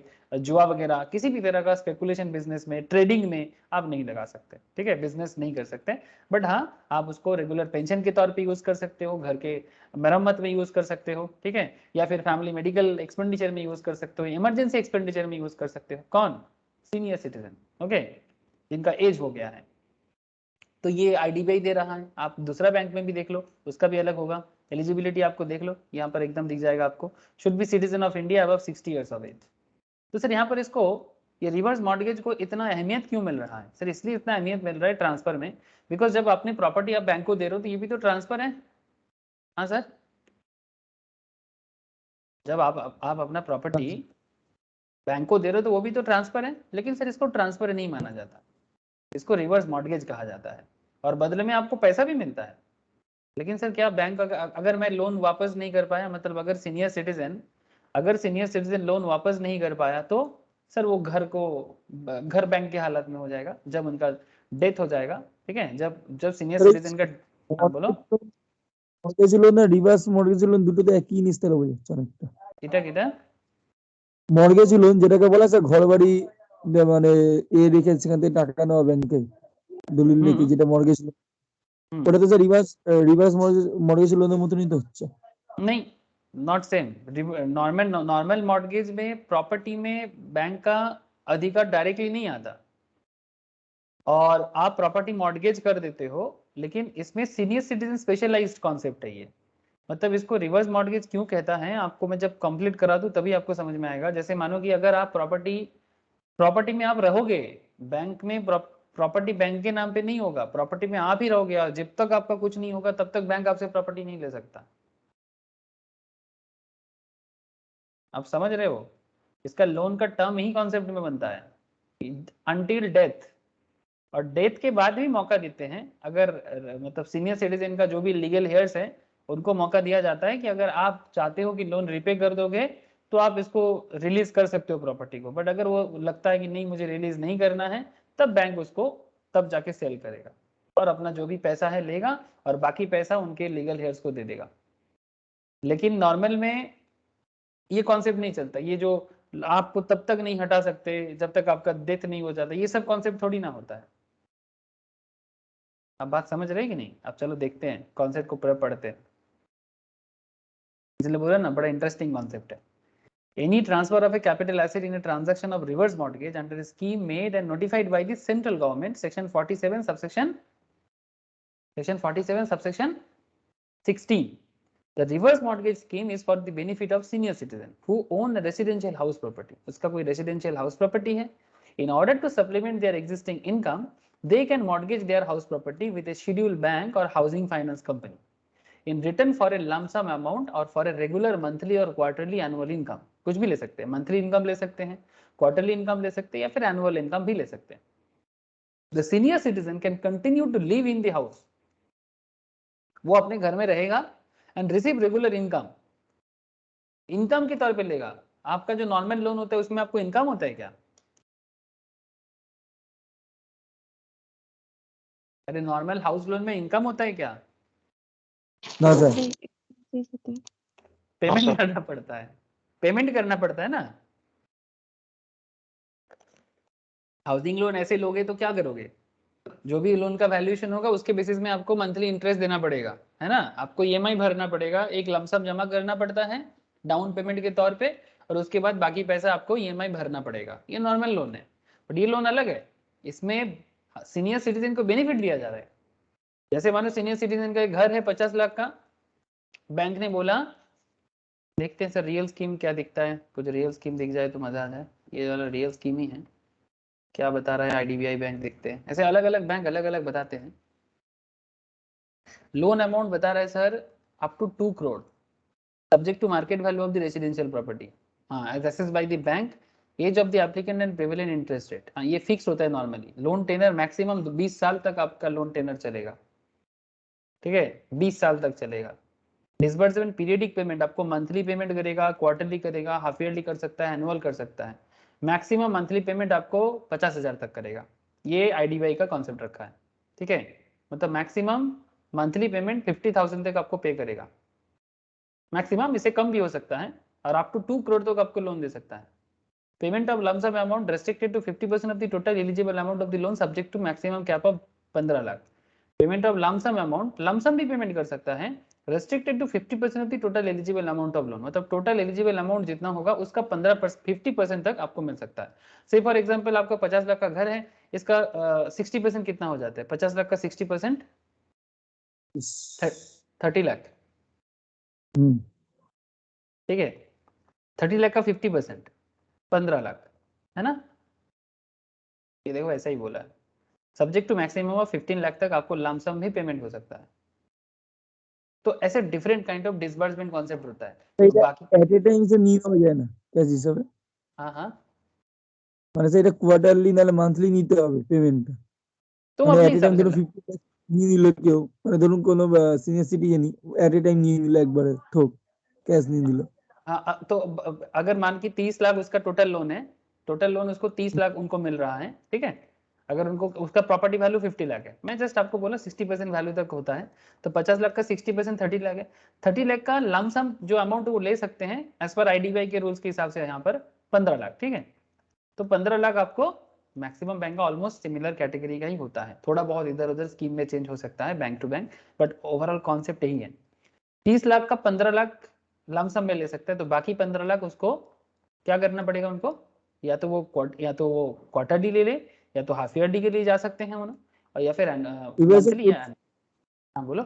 যদি স্যার সিনিয়র সিটিজেন মানে যে নিচ্ছে সে যদি স্যার শোধ করতে চায় তাহলে দেন তাকে মান্থলি দিতে হবে কি সে এট এ টাইম একটা মাসও দিতে পারে, কিন্তু যে কোনো ইচ্ছা দিতে পারে নাকি টাকাটা এটা? ना इंटरेस्ट रीपे करने का, रीपेमेंट ऑफ रिवर्स मॉर्गेज का कॉन्सेप्ट जो है यहाँ पर जो देखा क्या बता रहे हैं, outstanding loan principal plus interest के हिसाब से amount shall become due and payable 6 months after death of the last surviving, ठीक है। Death of the last surviving मतलब उनका डेथ के 6 महीने बाद आपको प्रिंसिपल और इंटरेस्ट अमाउंट चुकता करना है, ठीक है। बोरोवर या spouse or the borrower permanently moved out of the old age homes or to an institution or to relatives, अगर वो ओल्ड एज होम पे चले जाते हैं अपनी प्रॉपर्टी छोड़ के वृद्धाश्रम वगैरह में, तो जब भी वो चले जाएंगे अपने घर छोड़ के, तब उनको प्रिंसिपल और इंटरेस्ट अमाउंट जो भी लोन का पैसा है वो एक साथ में चुकता करना हो सकता है। मंथली कॉन्सेप्ट में रहता है इसका रीपे करने का, बट ये लोग ऐसा नहीं करता, इसमें ऐसा स्कीम नहीं रहता है, ठीक है। आपको पेमेंट करना है ये कॉन्सेप्ट नहीं रहता। जब आप अपना घर छोड़ोगे या आप अपने क्या बोलते हैं उसको, आप ओल्ड एज होम में चले जाओगे, ठीक है, तो उसमें जाने के 6 महीने के अंदर, उसमें जाने के 6 महीने के अंदर आप अपना प्रिंसिपल और इंटरेस्ट अमाउंट को रीपे कर दो। মানে যে কোনো সিনিয়র সিটিজেন স্যার নিজের নামে বাড়িগত থাকলে এটা রিভার্স নিতেই পারে, রিভার্স यस মর্গেজ। यस बिल्कुल, ठीक है। এবার यहाँ তার पर মারা যাওয়ার 6 মাসের মধ্যে সেই পেমেন্টটা তার ছেলে থাকুক কি মেয়ে থাকুক সেটা শোধ করলে প্রপার্টিটা আবার চলে আসে নিজের নামে করে। यस यस एकदम एकदम वेरी सिंपल सर, एकदम। কিন্তু স্যার বেঁচে থাকতে স্যার কিছু করতে পারবে না, বেঁচে থাকতে ধরুন हाँ স্যার তার ছেলে মেয়ে স্যার মান্থলি দিল কোনো টাকা দিতে থাকলো, नहीं नहीं नहीं नहीं नहीं नहीं, সেটা जिंदा হবে না। रहते नहीं नहीं नहीं नहीं, এট এ টাইম ওয়ান हाँ মান্থে দিয়ে দিতে হবে 6 মান্থের यस, ভিতরে। ठीक है। वो लास्ट में डेथ के बाद भी एक टाइम पीरियड देगा, ऐसा नहीं कि एट ए टाइम पूरा देगा, 6 मंथ्स के बाद वो चालू होगा। डेथ के बाद 6 मंथ्स के बाद रीपेमेंट स्कीम चालू होगा, उसका भी एक टाइम पीरियड रहेगा, ठीक है। आप ও डिटेल्स में 6 মাস पढ़ोगे পরে तो একটা आपको, हाँ 6 मंथ्स बाद उसका पेमेंट चालू होगा। आप यहाँ पर चार्जेस वगैरह देख सकते हो। মানে স্যার সেটা 1 বছর দিতে পারে 2 বছর দিতে পারে, সেটা তার মধ্যে শোধ করে দিতে হবে এবং একটা স্কিম দিতে পারে। हाँ कुछ ना कुछ तो स्कीम तो ऑब्वियसली देगा एट ए टाइम, क्यों, एक टाइम पीरियड तो जरूर देगा ना। हाँ।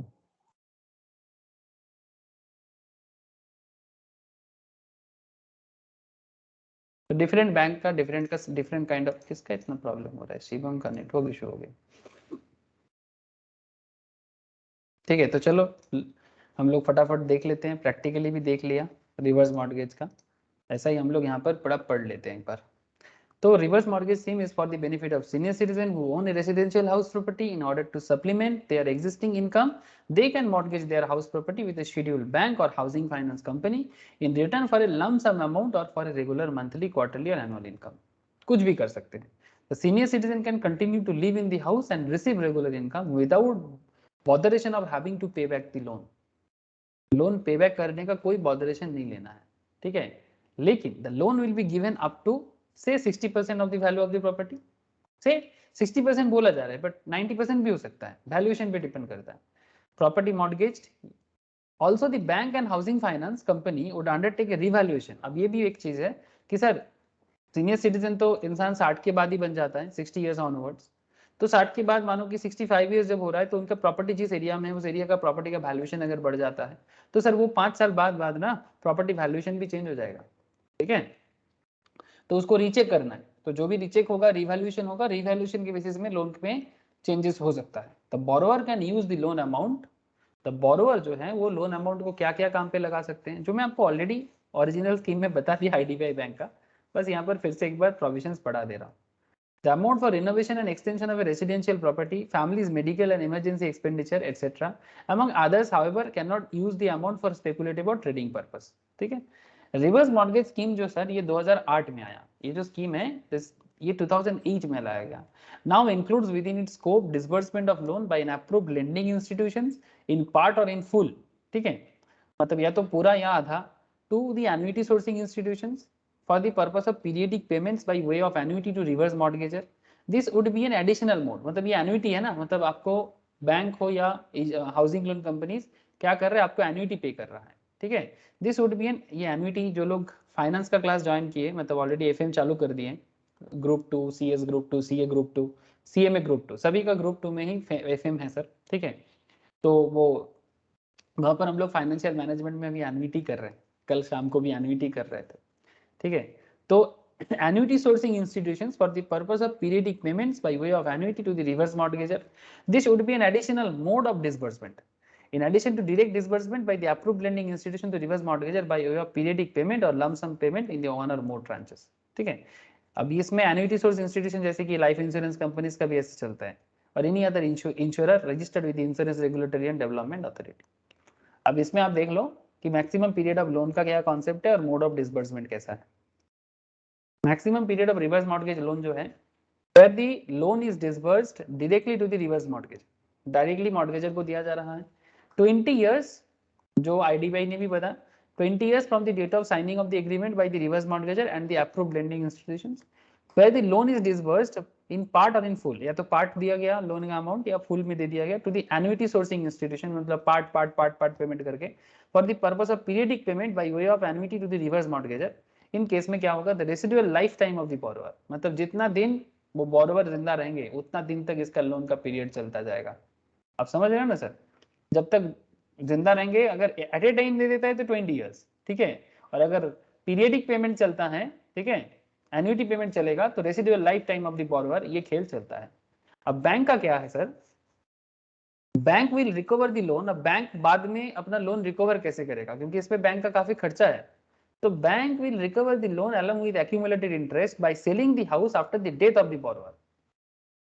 The excess amount, अगर मानो कि घर बेच के ज्यादा मिल गया, लोन के अमाउंट से भी ज्यादा मिल गया, तो अगर ज्यादा मिल गया तो एक्सेस अमाउंट विल बी, जैसे मानो 30 लाख का लोन था लेकिन घर बेच के बैंक को मिल गया 40 लाख से फॉर एग्जांपल, तो ये जो एक्स्ट्रा 10 लाख है वो किसको मिलेगा, वो लीगल हेयर्स को मिलेगा, मतलब वो सीनियर सिटीजन का जो भी लीगल हेयर्स रहेंगे, बच्चा वगैरह जो भी है, ठीक है, उनको मिलेगा।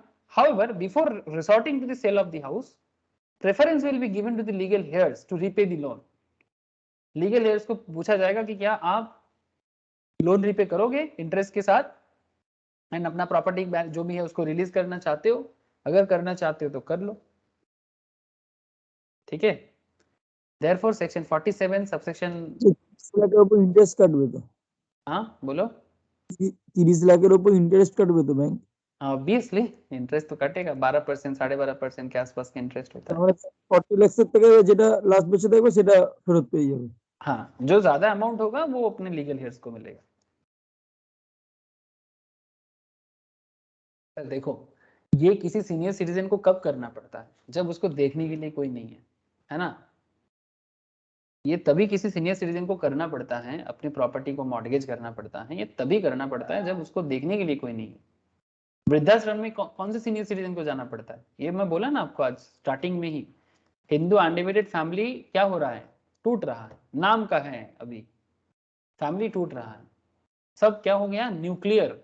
हाँ, आई डोंट नो कि न्यूक्लियर का क्या चल रहा है आजकल, यही चल रहा है, नॉट जस्ट किताबों में बता रहा है, हमारे सभी के लाइफ में ऐसा कहीं ना कहीं ऐसा ही कॉन्सेप्ट है सबका। चाचा ताऊजी, मतलब हम लोग बंगाली में बोलते हैं ना काकू जेठू, हाँ, कोई आजकल एक साथ नहीं है, सब अलग अलग रहते हैं। इवन पेरेंट्स को कौन देखेगा, इसको लेके भी क्या चल रहा है? हाँ, पेरेंट्स किसका है? मतलब अद्भुत एक दुनिया बना दिया हम लोगों ने, ठीक है, मतलब सो कॉल्ड मटेरियलिस्टिक वर्ल्ड बना दिए जिसमें प्यार का कोई जगह नहीं है, ठीक है, मतलब सीरियसली सब कुछ एक ड्यूटी जैसा हो गया, ठीक है, हम पैसा दे देंगे, वो बोलते हैं हम पैसा दे देंगे। अब इसमें बेचारा पेरेंट्स का क्या हालत होता है? हाँ, मतलब इसमें मैं तो, मेरा पर्सनली अगर मुझे पूछोगे तो पेरेंट्स का ही गलती है। क्या गलती है? संस्कार से बड़ा नहीं करते, प्यार से बड़ा नहीं करते, सिर्फ सबको आजकल ना मनी मेकिंग मशीन बनाया जा रहा है। ये जो करेंट समाज चल रहा है ना, it's like money making machine, भाई पैसा कमाओ, जिंदगी में और कुछ काम नहीं है, दुनिया का हर चीज को खत्म करो और पैसा कमाओ। दिस काइंड ऑफ एटीट्यूड से ही ये दिन देखना पड़ता है, ठीक है। अगर इंसान को तो देखो भाई, दुनिया में हर लोग कमा के ही खाते हैं, कोई ना कोई कुछ ना कुछ करके ही खाएगा, लेकिन माइंड में सिर्फ पैसा पैसा पैसा पैसा चलेगा ना, तो प्यार प्यार मोहब्बत मोहब्बत सब गायब हो जाएगा, ठीक है। प्यार मोहब्बत बाद में, पैसा पहले। अब क्या होगा? पेरेंट्स भी वही सोच के बड़ा करते हैं बच्चे को, और बच्चा भी वही माइंड सेटअप के साथ आगे बढ़ के पैसा के बारे में ही सोचते हैं, और फिर लास्ट में ऐसा होता है कि बच्चा नहीं देख रहा है माँ बाप को। अरे कैसे देखेगा? आप जब बड़ा किए थे तब प्यार मोहब्बत सिखाए थे कि नहीं? ये मेरा पर्सनल मानना, आई डोंट नो, आपका डिफरेंट ओपिनियन हो सकता है, बट मैं जो देख रहा हूँ, जो ओवरऑल बात कर रहा हूँ, मैं किसी एक फैमिली से बात नहीं कर रहा हूँ, इट्स ओवरऑल एक कॉन्सेप्ट। तभी जाके माँ बाप को अपने घर को गिरवी रखना पड़ता है, फिर उनके जाने के बाद ये तो बेसिकली ताकि फैमिली से पेरेंट्स को कोई घर से अलग ना कर दे, उनको रहने का जगह तो कम से कम मिले। देखते हैं हम लोग वृद्धाश्रम में डाल देते हैं, है ना, ओल्ड एज होम में डाल देते हैं, चले जाते हैं। अब क्या है, बस मुझे तो बस यही लगता है कि कुछ तो गलती है, बड़ों से कुछ तो गलती हो रहा है सर, नहीं तो ऐसा समाज क्यों होगा? कुछ तो गलती हो रहा है, बड़े से ही तो सीखते हैं छोटे, कुछ तो गलती हो रहा है। अच्छा नहीं लगता ऐसा समाज, ऐसा दुनिया देखने को अच्छा नहीं लगता, बट आजकल बड़ा फैक्ट हो गया है। अब किसी को बोलो तो क्या करे सर, ऐसा ही है। अब क्या करे, नहीं कुछ गड़बड़ है सर एजुकेशन में, सोचा करो, क्योंकि सब चीज का बूथ कहाँ है, सबका नींव वो एजुकेशन में छुपा हुआ है। एजुकेशन मतलब not just money making machine, उससे भी बहुत बड़ी कुछ। तो bank will recover the loan along with the accumulated interest by selling the house after the date of the borrower. The excess amount will be given to the legal heirs. However, before resorting to the sale of the house, preference will be given to the legal heirs to repay the loan और property को release करे तो अच्छा है। Therefore, section 47 subsection 16 ना clarifies that any transfer of capital asset in the transactions of reverse mortgage under a scheme made and notified by the central government would not amount to transfer for the purpose of capital gain. Okay. समझ में आ गया reverse mortgage का story? बोलो sir.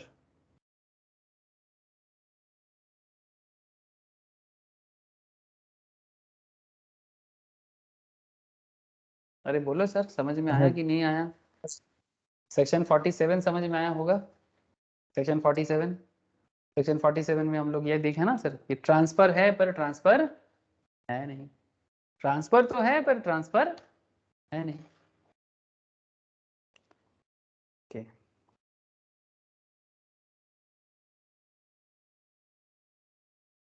और ये reverse mortgage का और भी एक स्कीम है sir, exemption of income received in transaction of reverse mortgage, section 10 subsection 43। ये सेक्शन 10 का एरिया है।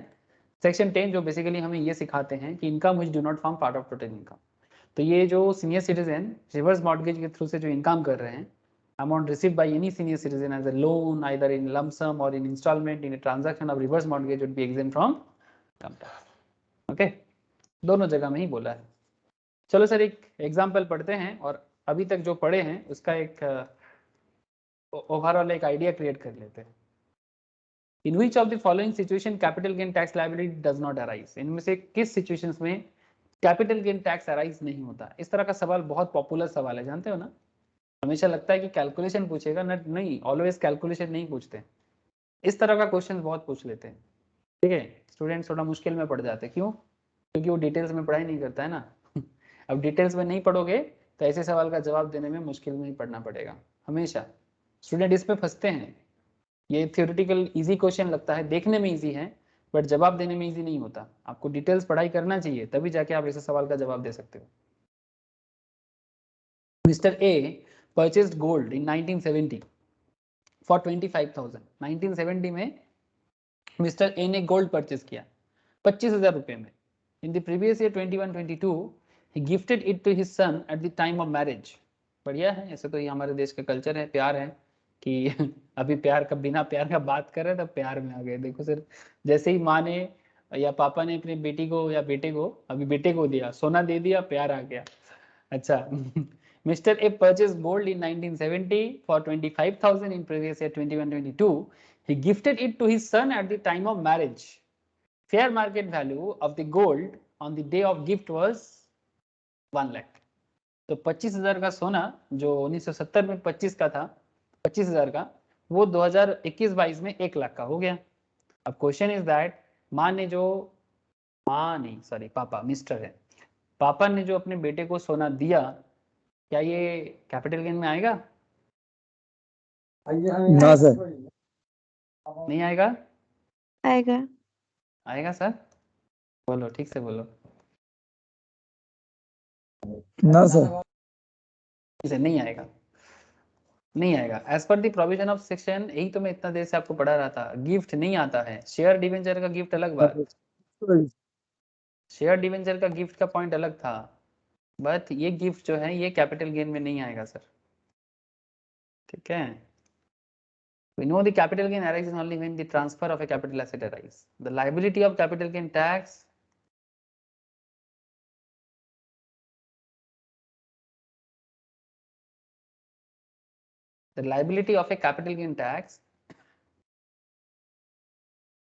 in this situation, देखो क्या होता है. As per the provision of 47 subsection 3, जो मैं आपको अभी पढ़ा रहा था कुछ देर पहले ही, transfer of a capital asset and the gift is not regarded as transfer for the purpose of capital gain. Therefore, capital gain tax does not arise in the given situations. तो पहला सिचुएशन में तो capital gain नहीं होगा sir, because ये एक simple gift है. Sir house property is purchase. अच्छा, गिफ्ट का एक अलग कॉन्सेप्ट आएगा, मैं आपको बताऊंगा अदर सोर्स के इधर. ठीक है, कि कभी कभी गिफ्ट मिलने से वो अदर सोर्स में इनकम भी हो सकता है, बट वो अदर सोर्स में चर्चा करेंगे. ठीक है, गिफ्ट अदर सोर्स में भी इनकम हो जाता है, तो वो कैसे इनकम बन जाता है मैं आपको बताऊंगा. लेकिन यहाँ पर इस कॉन्सेप्ट के तहत 47 सबसेक्शन 3 के तहत वो not your capital gain tax. House property purchase हुआ था हिंदू अनडिवाइडेड फैमिली के थ्रू से 1945 में, बिफोर ब्रिटिश पीरियड, मतलब 1947 में, इंडिपेंडेंस से पहले. बिफोर ब्रिटिश पीरियड नहीं, इंडिपेंडेंस से पहले. तो हिंदू अनडिवाइडेड फैमिली का प्रॉपर्टी 1945 में परचेज हुआ था. कितने में? 20,000 में. It is given to one of the family members in previous year 21-22 at the time of partition of the family. Fair market value on the date of partition was 12 lakh. बोलो sir, क्या ये transfer capital gain में आएगा? ना sir. कौन सा section के तहत? ऑब्वियसली 47. सबसेक्शन याद है सर? एकदम पहला वाला बोला था, हिंदू अनडिवाइडेड फैमिली, एकदम स्टार्टिंग में बोला था मैं. 47 सबसेक्शन 1.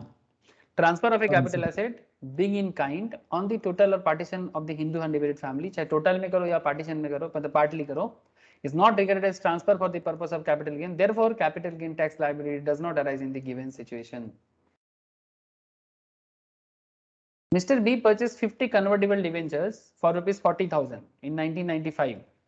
Convertible debenture खरीदा था आपने किसी कंपनी से 1995 में, which are converted into 500 shares वो 50 कन्वर्टेबल डिबेंचर्स 500 शेयर में कन्वर्ट हो गया 85,000 करके नवंबर 2021 में बाय दी कंपनी, क्या होगा? क्या ये कैपिटल गेन होगा? नहीं होगा। नहीं। ना सर, नहीं होगा?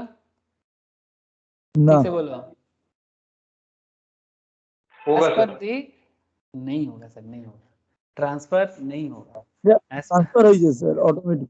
हाँ, ये आप लोगों को पढ़ा था सेक्शन 47 सबसेक्शन 10, देखो सर भूल गए। As per the provision of 47 subsection 10, transfer by way of conversion of bond or debenture, debenture stock or deposit certificate in any norm, any form of a company into shares or debenture of that company is not regarded as transfer for the purpose of capital gain. Therefore, capital gain tax liability does not arise in the given situation also. उसी company का debenture को उसी company के share में convert किया गया, तो ये ट्रांसफर नहीं है, सो कैपिटल गेन भी नहीं है। मजा आया सर ये वाला क्वेश्चन? बहुत मजेदार क्वेश्चन था सर। मतलब कितना डिटेल्स जानकारी होने से तब जाके आप इसका जवाब दे सकते हो, है ना। बस कोई बोलेगा सर ये तो बस येस नो का खेल है, हाँ, अब तुक्काबाजी करके कितना सही हो सकता है भाई, एक का येस होगा क्या? यस, अरे भाई रीजन भी देना पड़ता है, ठीक है, रीजंस भी चूज करना पड़ता है। क्वेश्चन भी आजकल टफ हो रहा है, रीजन चूज करने के लिए बोल देते हैं, तो जब रीजन चूज करने दे देगा तो रीजन को कैसे चूज करोगे आप? ठीक है, इतना आसान भी नहीं है कि बस येस नो कर दो, मैं एमसीक्यू बेस में बोल रहा हूँ। और अगर आपको लिखना है सीए के एग्जाम में, सीएमए के एग्जाम में तो लिखना पड़ता है, तब तो आपको रीजन के साथ लिखना पड़ेगा, ठीक है। तो जानो सर, दिल से जानो, दिमाग से जानो। ओके सर, ये वाला क्वेश्चन करके बताओ। Mister Abhishek, a senior citizen, mortgage his residential house with a bank under a notified reverse mortgage scheme। अभी अभी मैंने आपको रिवर्स मॉर्गेज स्कीम समझाया, आईडीबीआई बैंक में जाके भी समझाया। He was getting a loan from bank in a monthly installment. He was getting loan from bank in a monthly installment. Mr. Abhishek did not repay the loan on maturity and hence gave possession of the house to the bank. Maturity में repay नहीं किया और property का जो position है वो bank में shift हो गया। To discharge his loan, how will the treatment of long term capital gain be on such reverse mortgage transactions? इसमें कैपिटल गेन का किस तरह से ट्रांजैक्शन स्टेटमेंट होगा, क्या आएगा कैपिटल गेन इसमें?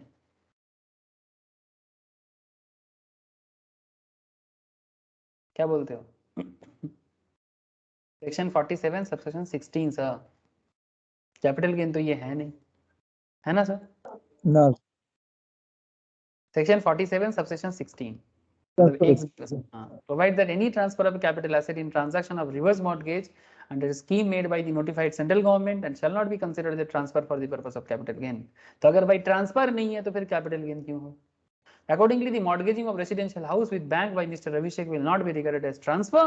Therefore, no capital gain will be charged on such transactions. Further, Section 10, subsection 43 also provides that amount received by the senior citizen as a loan, either in lump sum or in installment or in a transactions of reverse mortgage, would be exempt from income tax. जो section 10 भी बताते हैं, section 10 जो एक chapter है sir, income which do not form part of total income का एक chapter है, उस सेक्शन के तहत भी बताया जाता है। ये चैप्टर जिन लोगों ने किया ठीक है, जिन्होंने नहीं किया बाद में कराऊंगा, ठीक है, जिसमें agriculture income as well as section 10 का पूरा लंबा सेक्शन है, एरिया है, बताऊंगा सर, ठीक है। Therefore the monthly installment amount received by mister Abhishek would not be taxable. तो एकदम लॉजिकली आपको प्रूव करना हो, if you know the rules, then you will prove it logically as well as section को प्रूव करोगे, ठीक है, सेक्शन वाइज प्रोविजन वाइज आप लिख पाओगे, ठीक है। तो इस तरह से आपको पढ़ना है, तब जाके आपका जवाब एकदम सही सलामत होगा और एग्जाम में भी अच्छा रिजल्ट होगा, ठीक है। प्रॉब्लम क्या है ना, आधा अधूरा पढ़ाई करने से, इसीलिए तो प्रोफेशनल एग्जाम में स्टूडेंट को मुश्किल हो जाते हैं, तभी तो 100 बंदा बैठते हैं और 5% 6% पास करते हैं, या किसी एग्जाम में 100 बंदा बैठते हैं इंटरमीडिएट लेवल वगैरह में 10-15% पास करते हैं। क्यों, प्रॉब्लम क्या है? इतना डिटेल्स में कोई पढ़ना पसंद नहीं करता, सबको लगता है सब तो लड्डू पेड़ा है, ऐसे ही मिल जाएगा। अरे ऐसे थोड़ी ना मिलता है, डिटेल्स में पढ़ोगे, डिटेल्स में लिखोगे, तभी जाके मार्क्स आता है, ठीक है। ऐसे ही नहीं बन जाता कोई चार्टर्ड अकाउंटेंट, कंपनी सेक्रेटरी, मेहनत करना पड़ता है और सच बोले तो सच्चाई जानना पड़ता है। सच्चाई मतलब पढ़ाई का सच्चाई, यस बिल्कुल पढ़ाई का सच्चाई। अच्छा जल्दी बोलो, ट्रू फॉल्स डिसाइड करके बताओ। alienation of a residential house in a transaction of reverse mortgage under a scheme made and notified by the central government is treated as transfer for the purpose of capital gain. Alienation of residential house in a transaction of reverse mortgage, क्या ये capital gain में आएगा? No sir. बोलो sir. false, ना sir alienation मतलब होता है, हाँ, एलिनेशन का मतलब होता है सेपरेट कर देना, ठीक है। Alienation of A residential house in transaction of A reverse mortgage under a scheme made and notified by the central government it is transfer for the purpose of capital gain is a false, ठीक है, एकदम sir. तो as per section 47 यहाँ पर देखो reason के साथ लिखा हुआ है। अच्छा, आपको पता है, मैं और फिर से नहीं बोला, zero coupon bond of eligible corporations, eligible corporation मतलब एलिजिबल कंपनी जो जीरो कूपन बॉन्ड इशू कर सकता है, held for 14 months will be long term capital asset. False sir. Yes sir. हाँ सर, ये लॉन्ग टर्म कैपिटल एसेट है। और ना सर। पॉइंट 3 देखो, হ্যাঁ जीरो স্যার कूपन 12 बॉन्ड, মাসের বেশি হলে very good actually sir, 12 marks ज्यादा है ना। ग्रेटर देन 12 मंथ्स होने से जीरो कूपन बॉन्ड के केस में लॉन्ग टर्म कैपिटल एसेट हो जाएगा। Very good sir. Sir holding period में लिखा के रखा, भूल गया, भूलने से थोड़ी ना होगा, होल्डिंग पीरियड का पूरा अलग से बता के रखा, मत भूलो सर, मत भूलो। इवन नोट के अंदर भी है, जो मैट आपको प्रोवाइड किया मैंने, उसके अंदर भी डिटेल्स में बोला है कि कौन सा एसेट कितना दिन होल्ड करना है, तो जाके उसका कैपिटल एसेट होगा, लॉन्ग टर्म होगा कि शॉर्ट टर्म होगा। तो जीरो कूपन बॉन्ड अगर 14 मंथ होल्ड करते हो तो लॉन्ग टर्म है, बिल्कुल लॉन्ग टर्म है, ट्रू। सेक्शन 2 सबसेक्शन 42A जो होल्डिंग पीरियड के बारे में बात करता है। Zero coupon bond means a bond on which no payment and benefits are received or receivable before maturity or redemption. सही बात बोल रहे हैं क्या? Zero coupon bond means a bond on which no payment and benefits are received or receivable before maturity or redemption. ऐसा है क्या? Yes. As per section 2 subsection 48, zero coupon bond means a bond issued by any infrastructure capital company or infrastructure capital fund or infrastructure debt fund or public sector company or scheduled bank on or after 1st June 2005 in respect of which no payment and benefit is received or receivable before maturity or redemption from such issuing entity and which the central government may notify in this behalf. ठीक है, ये zero coupon bond का क्या हो गया, ये zero coupon bond का definition हो गया as per section 2 subsection 48। Zero coupon bond means a bond issued by any infrastructure capital company or infrastructure capital fund or infrastructure डेब्ट fund or public sector company or scheduled bank on or after 1st June 2005 in respect of which no payment and benefit is received और receivable before maturity or redemption from such issuing entity. मतलब basically किसी भी तरह का interest वगैरह तो नहीं मिलता है ना, इसीलिए बोला जा रहा है नो पेमेंट और benefit is received or receivable. Basically ये आपको डिस्काउंट में मिलता है और एट पार में रिडीम्शन किया जाता है बाद में, ठीक है। तो इसीलिए इसको बोला जाता है no payment and benefit is received or receivable before maturity or redemption from such issuing entity and which the central government में notify in this behalf, that is called zero coupon bond. तो ये जो definition दिया है ये सही दिया है, ठीक है। इवन आपको अगर मैट को फॉलो करोगे ना, आपको स्टार्टिंग लेवल में जीरो कूपन बॉन्ड का डेफिनेशन दिख जाएगा।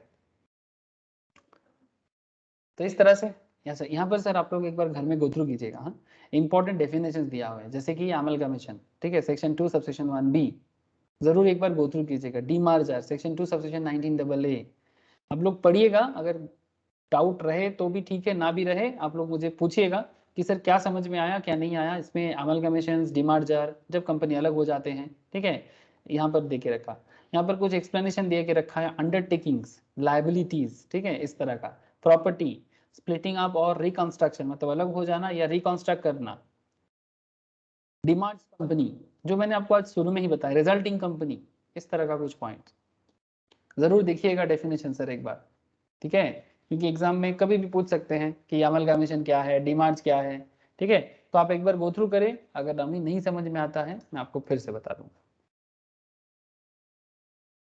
Mode of computation of capital gain जो है वो सेक्शन 48 का एरिया है और मैंने इसके बारे में चर्चा कर चुके हैं। कंप्यूटेशन ऑफ कैपिटल गेन कैसे होता है, डिडक्शंस जो है STT, security transaction tax, proforma, cost of inflation index, indexation का खेल क्या है मैं आपको बता के रखा, इवन इंडेक्सेशन टेबल भी मैंने आपको समझा दिया। Yes,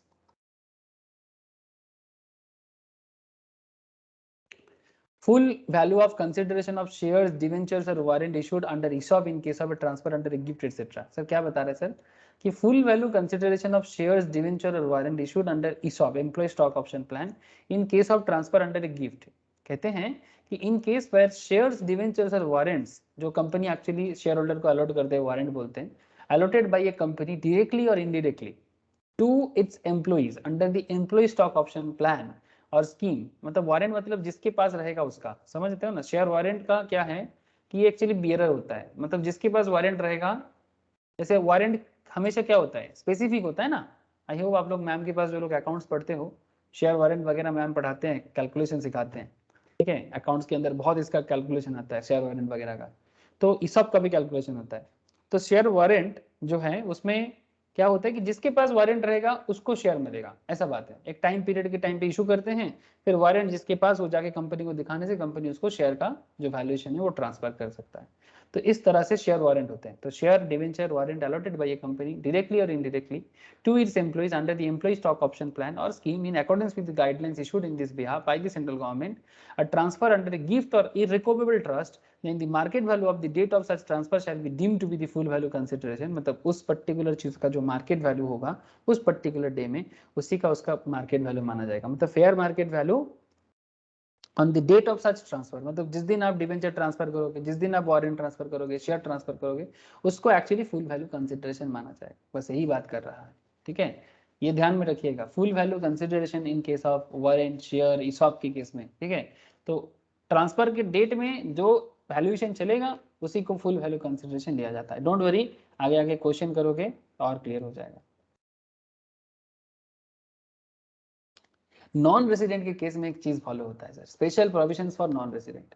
in case of non resident who invest foreign exchange to acquire capital asset, अगर आप फॉरेन एक्सचेंज में इन्वेस्ट करते हो कैपिटल एसेट एक्वायर करने के लिए, अगर कैपिटल गेन अराइज होता है from the transfer of such shares और debentures of an Indian company to its computed in the following manner, तो उसका कंप्यूटेशन जो होता है उसको कॉस्ट ऑफ एक्विजिशंस बोलते हैं सर। तो उसके कॉस्ट ऑफ एक्विजिशंस जो होगा, मतलब किस दाम पे आपने खरीदा, उसका जो कैलकुलेशन होगा, the expenditure incurred wholly and exclusively in connection with the transfer and the full value of consideration are to be converted into the same foreign currency within which such shares were acquired. The conversion has to be done at the average of telegraphic transfer buying rate, TTBR. It's a interesting measuring concept. TTBR बोल के एक concept होता है, telegraphic transfer buying rate। उसी rate के हिसाब से buying और टेलीग्राफिक ट्रांसफर सेलिंग रेट, उसी रेट के हिसाब से सेलिंग का जो वैल्यूएशन होगा, मतलब फॉरेन एक्सचेंज में, मतलब डॉलर से आप इंडियन रुपी में कर रहे हो तो उसका जो एक तो एक्सचेंज वैल्यू होगा ना सर, उसी एक्सचेंज वैल्यू में बात कर रहा है। नॉन रेसिडेंट के केस में एक्सचेंज वैल्यू जो कैलकुलेशन होगा वो टीटीबीआर के बेसिस में या टीटीएसआर के बेसिस में होगा, टेलीग्राफिक ट्रांसफर बाइंग रेट और telegraphic transfer selling rate on the respective dates. उस पर्टिकुलर डेट में डॉलर का और जो भी डिनोमिनेशन का अंदर एक्सचेंज चल रहा है, जब कोई फॉरेन रेसिडेंट्स मतलब नॉन रेसिडेंट्स इंडियन शेयर्स में, कैपिटल एसेट्स में, किसी डिबेंचर्स में, इंडियन कंपनी में इन्वेस्ट किया, तो उसका कैलकुलेशन करने का तरीके के कारण कि वो कॉस्ट ऑफ एक्विजिशन मतलब क्या दाम पे परचेस किया, क्या दाम पे सेल किया, उसका क्या कैलकुलेशन होगा, तो उसके लिए टीटीबीआर फॉलो होता है सर। क्या फॉलो होता है? TTBR, telegraphic transfer buying rate. चलो आपको मैं गूगल करके दिखाता हूँ। नाम सुने थे कभी टीटीबीआर का?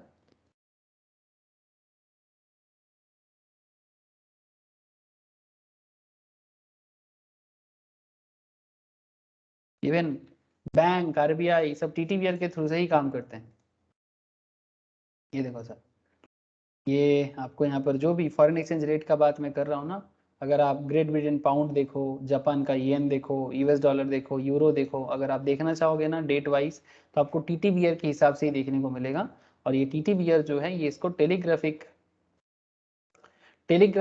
Transfer buying rate and telegraphic transfer selling rate के नाम से जाना जाता है, ठीक है। इवन एसबीआई के साइड में जाओ, आपको यहाँ पर भी टीटीबीआर के बारे में देखने को मिलेगा। ये फॉरेक्स कार्ड रेट्स, ठीक है, TT buy, TT sell, telegraphic buy, telegraphic sell, मतलब डॉलर का वैल्यू, जैसे कि हम लोग बोलते हैं ना कि $1 का क्या भाव चल रहा है, 1 पाउंड का क्या भाव चल रहा है, तो उसी भाव के हिसाब से होता है, ठीक है। तो इट्स लाइक दैट। अब ज़्यादा डिटेल्स में खुद से रिसर्च कर लो, समझ में आ जाएगा। बिकॉज इतना जरूरी नहीं है, जितना जरूरी है मैं आपको बताया। तो बेसिकली ये क्यों देखा जा रहा है कि जो भी कॉस्ट ऑफ एक्विजिशन है उसको समझने के लिए, किस दाम पे खरीदा है उसको देखभाल करने के लिए। और क्या बताऊं मैं आपको, रूपी डिनोमिनेटेड बॉन्ड जो मैं आपको पहले भी एक बार बोला, जो मैं आपको बोला ना वो कुछ देर पहले ही, as a measures to enable Indian companies to raise funds, अगर इंडियन कंपनी को फॉरेन से फंड रेज करना होता है तो RBI has permitted them to issue rupee denominated bonds outside India. Accordingly, in case of non-resident SSE, any gains arising on account of appreciation of rupee against a foreign currency, अगर रूपी का दाम बढ़ जाता है फॉरेन करेंसी के against में between the date of purchase and the date of redemption, तो उसको क्या होता है, मतलब सिंपल बात है, आप अगर जैसे लोग करते हैं ना, करेंसी में इन्वेस्ट करते हैं, 74 करके $1 के हिसाब से परचेज करता है, 75 हो जाता है, तो 74 का 75 हो गया तो 1 टका पर यूनिट में आपका गेन हो गया। जैसे लोग शेयर में इन्वेस्ट करते हैं, इस तरह से लोग करेंसी में भी इन्वेस्ट करते हैं। तो आप रुपी के अगेंस्ट में और फॉरेन करेंसी के अगेंस्ट में जितना गेन करोगे, the date of redemption of rupee denominated bond of Indian company held by him shall not be included for the purpose of computation of full value consideration.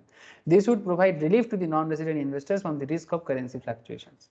ठीक है, ये rupee denominated bond के case में currency fluctuation से रोकने के लिए non resident investors को एक तरह का रिलीफ दिया जाता है। ठीक है, तो इसके लिए क्या करते हैं वो टीटीबीआर फॉलो करते हैं। Non resident and foreign companies are subject to tax at a concessional rate of 10%, जिसमें उनको इंडेक्सेशन बेनिफिट और करेंसी कन्वर्जन का नहीं मिलता। ठीक है, विदाउट इंडेक्सेशन बेनिफिट और currency conversion on long term capital gain arising from transfer of unlisted securities और shares of a company in which public are not substantially interested. जो मैं आपको ये वाला पॉइंट तो आपको 112 के अंदर भी बोला था। ठीक है, 112 के अंदर। तो ये कुछ बेसिक बातें हैं जो, जैसे कि मानो कि आपको पहले भी बोला, ये रुपी डिनोमिनेटेड बॉन्ड के केस में किस तरह से हो सकता है, इस तरह से आगे का चर्चा रहेगा आज। और मैं आपको नहीं बताऊंगा बिकॉज आज भारी पड़ जाएगा, एक साथ बहुत सारा चीज हो जा रहा है। बाकी जो सेक्शंस है ना, जिसमें आपको मैं ascertainment of cost in specified circumstances, मतलब कॉस्ट फाइंड आउट करना है। सर कॉस्ट फाइंड आउट कर रहा है मतलब, सर कॉस्ट फाइंड आउट करना मतलब जैसे मानो कि आप किस दाम पे एसेट को परचेस करते हो, इसका ना अलग अलग कॉस्ट होता है कि भाई किस दाम पे एसेट को परचेस किया गया, जिसको कॉस्ट ऑफ एक्विजिशन भी बोलते हैं। तो एसेट क्लास के हिसाब से कॉस्ट ऑफ एक्विजिशन भी चेंज हो जाता है। मतलब सर, मतलब ऐसा समझो कि जैसे गुडविल, गुडविल का परचेस कॉस्ट कैसे माना जाएगा। ठीक है, जैसे गुडविल हो गया, आप अगर सेल्फ क्रिएटेड कुछ बिजनेस किए हो तो उसका वैल्यूएशन कैसे किया जाए, तो इसका ना कॉस्ट ऑफ एक्विजिशन या कॉस्ट फाइंड आउट करना बोलते हैं इसको। ठीक है, कि उसका वैल्यूएशन क्या होगा, वैल्यू कंसिडरेशन कैसे मानेंगे। ठीक है, ऐसा कुछ चर्चा है जो मैं आपके साथ आगे के क्लास में चर्चा करूंगा सर। ठीक है, जिसमें section 49 ascertainment of cost in specified circumstances, जिसमें मैं आपको क्या बोला कि किस दाम पे एसेट परचेस हो रहा है, इसका वैल्यूएशन करने का अलग अलग टेक्निक है, अलग अलग टेक्निक डिफरेंट एसेट के ऊपर चलता है। ठीक है, जो मैं आपके साथ कुछ केसेस भी है वो भी बताऊंगा, और जैसे कि अमलगामिशन के टाइम पे हो सकता है, डिपॉजिट सर्टिफिकेट डिवेंचर के केस में हो सकता है, गुडविल के केस में हो सकता है। ठीक है, और फिर आपके साथ मैं ये भी बात करूंगा कॉस्ट ऑफ एक्विजिशंस 55 सबसेक्शन 2, और एरिया आएगा वो बहुत ही वाइटल माना जाता है, depreciation, depreciation and stamp duty. तो 3 इंपॉर्टेंट पॉइंट रह गया सर। एक है डिप्रिसिएशन का, जो मैं आपको बोल रहा था, ये देखो sir, cost of acquisition of certain assets, goodwill of A business और प्रोफेशंस। ठीक है, अगर सेल्फ जनरेटेड है तो कॉस्ट ऑफ एक्विजिशन नहीं है, लेकिन अगर परचेस करता है तो परचेस प्राइस।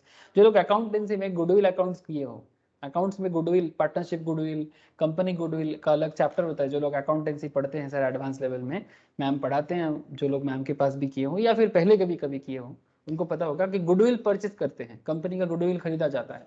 ठीक, जैसे एम्बेसडर का गुडविल को 80 करोड़ में परचेस किया एक फॉरेन कंपनी ने। ठीक है, फ्रांस का एक कंपनी ने।